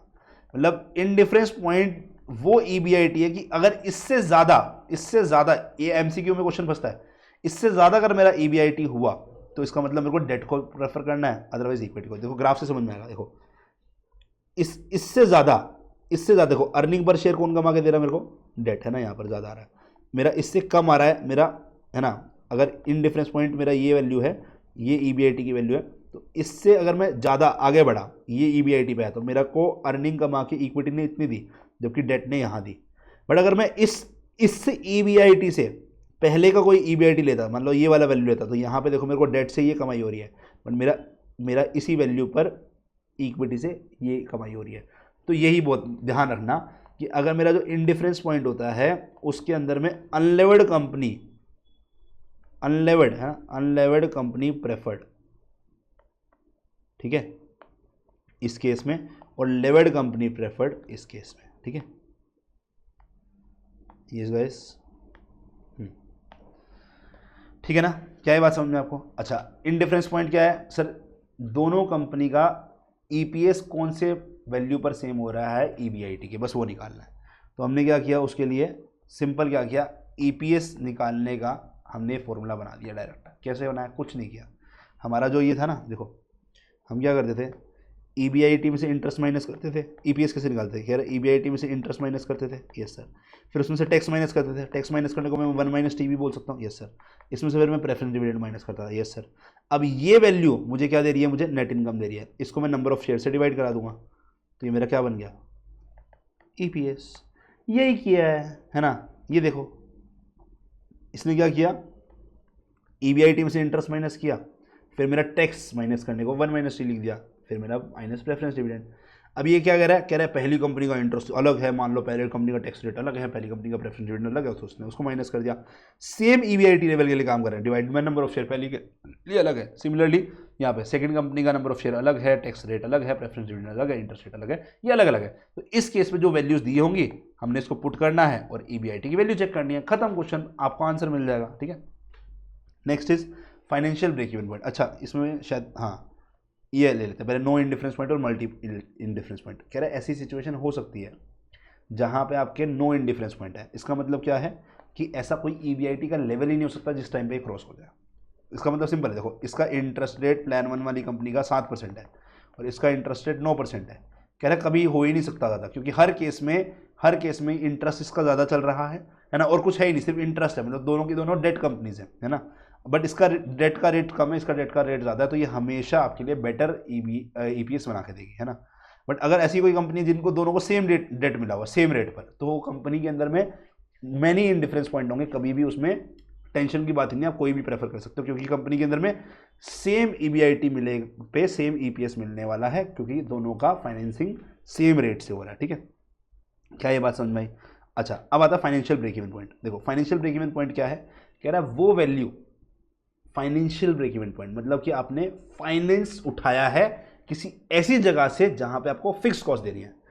तो फिक्स कॉस्ट क्या होती है हमारी, फिक्स कॉस्ट क्या होती है, कह रहे हैं इंटरेस्ट। अच्छा आप इंटरेस्ट जो देना है, ठीक है सर। प्रेफरेंस डिविडेंड में कह रहे हैं प्रेफरेंस डिविडेंड में फिक्स कॉस्ट है ना, बट ये बिफोर टैक्स नहीं है, ये आफ्टर टैक्स है। तो टैक्स का एडजस्टमेंट करने के लिए हम PD/1 - X भाई, ये क्या है, कह रहे सर ये बिफोर टैक्स वैल्यू है, ये आफ्टर टैक्स वैल्यू है प्रेफरेंस डिविडेंड, तो इसको टैक्स एडजस्ट करने के लिए हम 1 - T से डिवाइड करेंगे। तो बेसिकली आपकी कमाई क्या हो रही है, आपकी धंधे की कमाई क्या हो रही है, earning before interest and tax, तो आपकी कमाई टैक्स से पहले की बात कर रहे हैं। तो ये अगर तुम्हारा टैक्स से पहले का खर्चा है तो इसको टैक्स से पहले कन्वर्ट करने में हम प्रेफरेंस डिविडेंड इनटू 1 - X। तो ये आपको खर्चा पे करना होता है अगर आप किसी से फाइनेंस उठाते हैं। तो फाइनेंशियल ब्रेक इवन पॉइंट, किसी से जो फाइनेंस उठाते हैं उनको मिनिमम जो खर्चा पे करना है दैट इज इंटरेस्ट प्लस में preference dividend divided by 1 - X। Obviously before tax पे बात कर रहे हैं, ये वो वैल्यू आती है EBIT की जो अपने को सबसे पहले मैच करनी है, और यही होता है मेरा फाइनेंशियल ब्रेक इवन पॉइंट। ये वैल्यू देखो, कह रहे ये वो EBIT की वैल्यू है जिसके बाद आपकी कमाई अर्निंग शुरू होगी, है ना। उसी केस में तो हमारी अर्निंग पर शेयर आएगा, किसकी अर्निंग, शेयर होल्डर की। तो फाइनेंशियल ब्रेक इवन पॉइंट हमें बताता है वो पॉइंट EBIT का जिसके बाद आपकी कंपनी का EPS पॉजिटिव आना शुरू होगा। उससे पहले तो क्या होगा, जो भी आप कमा रहे हो वो इंटरेस्ट और प्रेफरेंस डिविडेंड खा रहा है। तो वो पॉइंट जहां पे आपका EPS 0 आ जाए, है ना, इंटरेस्ट और प्रेफरेंस डिविडेंड के बाद, है ना, आपका EPS 0 आ जाए, वो वाली वैल्यू EBIT की फाइनेंशियल ब्रेक इवन पॉइंट होती है। समझ में आपको, बस सिंपल ध्यान रखना, ठीक है। ओके यस, इतना ही था, ठीक है। Now over capitalisation, under capitalisation, just 2 line में समझाता हूं। ओवर कैपिटलाइजेशन का मतलब होता है कि आपके बिजनेस के अंदर में जितने पैसे की रिक्वायरमेंट थी उससे ज़्यादा पैसा ले आए। करे तो बढ़िया बात है, अरे मेरे भाई अगर तुम ज़्यादा पैसा ले आओगे उसके अंदर में आपका एक्सपेक्टेशन तो है ना, जिनसे पैसा लेकर आ रहे हो तो उनको ज़्यादा पैसा देना पड़ेगा। धंधे में कमाई उतनी नहीं हो पा रही बट तुमको पैसा उनको ज़्यादा देना पड़ेगा बिकॉज आप उनसे ज़्यादा पैसा लेकर आए हो। आप इंटरेस्ट ज़्यादा देना पड़ेगा या प्रेफरेंस देना पड़ेगा या फिर तुमको उनको कमाई ज़्यादा करके देनी पड़ेगी डिविडेंड के रूप में। वो तो बोलेगा भाई तू, तेरे को रिक्वायरमेंट थी 10 लाख की, तू लेकर आ गया 1 करोड़ रुपए, तो 1 करोड़ के हिसाब से वो रिटर्न मांगेगा ना। तू यूज ना कर, 90 लाख रुपए तेरी में जिम्मेवारी है, मेरे को तो चाहिए पैसा। तो इससे क्या होगा, इससे प्रॉब्लम्स क्रिएट होंगी। पहला प्रॉब्लम तो ये हो गया, कमाई है नहीं धंधे में और तुम जो है एक्स्ट्रा पे करो। कह रहे सर 90 लाख में से देता रहूंगा, बेटा एक समय बाद तो खत्म हो जाएगा, उसके बाद क्या होगा, तेरी कंपनी का दिवाला बंद हो जाएगी, टाटा बाय बाय हो जाएगी कंपनी में। तो ये नहीं कर सकते। Over capitalisation is very very bad, ठीक है। तो ओवर कैपिटलाइजेशन को पढ़ लेना, उसको कैसे कॉज होती है, किस किस वजह से कॉज होती है, उसके कॉन्सिक्वेंसेज क्या है, रेमेडीज क्या है, इसको रीड आउट करना, ठीक है। अंडर कैपिटलाइजेशन क्या है, जितने पैसे की रिक्वायरमेंट थी उससे कम लेकर आए, है ना। चिंदी चोरी में चला रहे हो, खर्चे रोक के चला रहे हो, या बोल रहे हो कुछ ऐसा पैसा हमारे पास पहले से रिटेन में इतना पड़ा हुआ है जिसको हम शो नहीं कर रहे थे, है ना, कि हम उसके ऊपर में रिटेन कर रखा है, बहुत रिटेन कर रखा है, तो उसके इसमें अंडर कैपिटलाइजेशन हो जाती है। फिर ऐसी कंपनीज में लगता है अरे यार ये कंपनी तो बहुत कमा रही है, कंपनी में पैसा बहुत कम लगा हुआ है। वो नहीं देख रहे कि पुरानी कंपनी है, रिटेन बहुत कर रखा है, उससे चला रही है, कंपनी में पैसा बहुत कम लगा हुआ है, कंपनी बहुत कमा रही है, इस धंधे में कूदते हैं, कंपटीशन बढ़ाएंगे, गवर्नमेंट की पॉलिसीज बढ़ेंगी और बहुत सारी प्रॉब्लम्स क्रिएट होनी शुरू होंगी। यस, लोगों को तो अच्छा लगेगा, कह रहे हैं वाह डिविडेंड बढ़िया बांट रही है, बट उसके अंदर में दिख रहा है कि भाई इसमें कंपटीशन भी बढ़ेगा, इसमें प्रॉब्लम्स क्रिएट होंगी। उनको ये नहीं दिख रहा कि कंपनी ने अपनी पुराने सोर्स से कमा रखा है या फिर पुराना जो पैसा लगा रखा है। Under capitalisation is also issue, है ना, दोनों ही इशू हैं, बट अंडर कैपिटलाइजेशन फिर भी मैनेजेबल है, ओवर कैपिटलाइजेशन तो बिजनेस की लंका लगा देगा ना, वो तो प्रॉब्लमेटिक है। तो हमें क्या करना है, हमें दोनों ही प्रॉब्लम है, but over capitalisation is a bigger issue, ध्यान रखना इस बात का, ठीक है, मोर डेंजरस। तो दोनों को हमें सॉर्ट आउट करना होगा। उसके सॉर्टिंग के वेज क्या है, किस तरीके से हैं, इफेक्ट्स क्या होंगे, रेमेडीज क्या होंगे, वो मैंने लिखा हुआ, इसको पढ़ लेना, हो जाएगा समझ में, ठीक है। तो इसी के साथ हमारा कैपिटल स्ट्रक्चर चैप्टर भी होता है खत्म। एंड बच्चों मैं एक बात बताना चाहूँगा, ये क्लास मैं आपको होली वाले दिन रिकॉर्ड करके दे रहा हूँ, ठीक है, बिकॉज आगे का दिन मेरा थोड़ा पैक्ड है। यस, मैं होली वाले दिन आपको ये रिकॉर्ड करके दे रहा हूँ।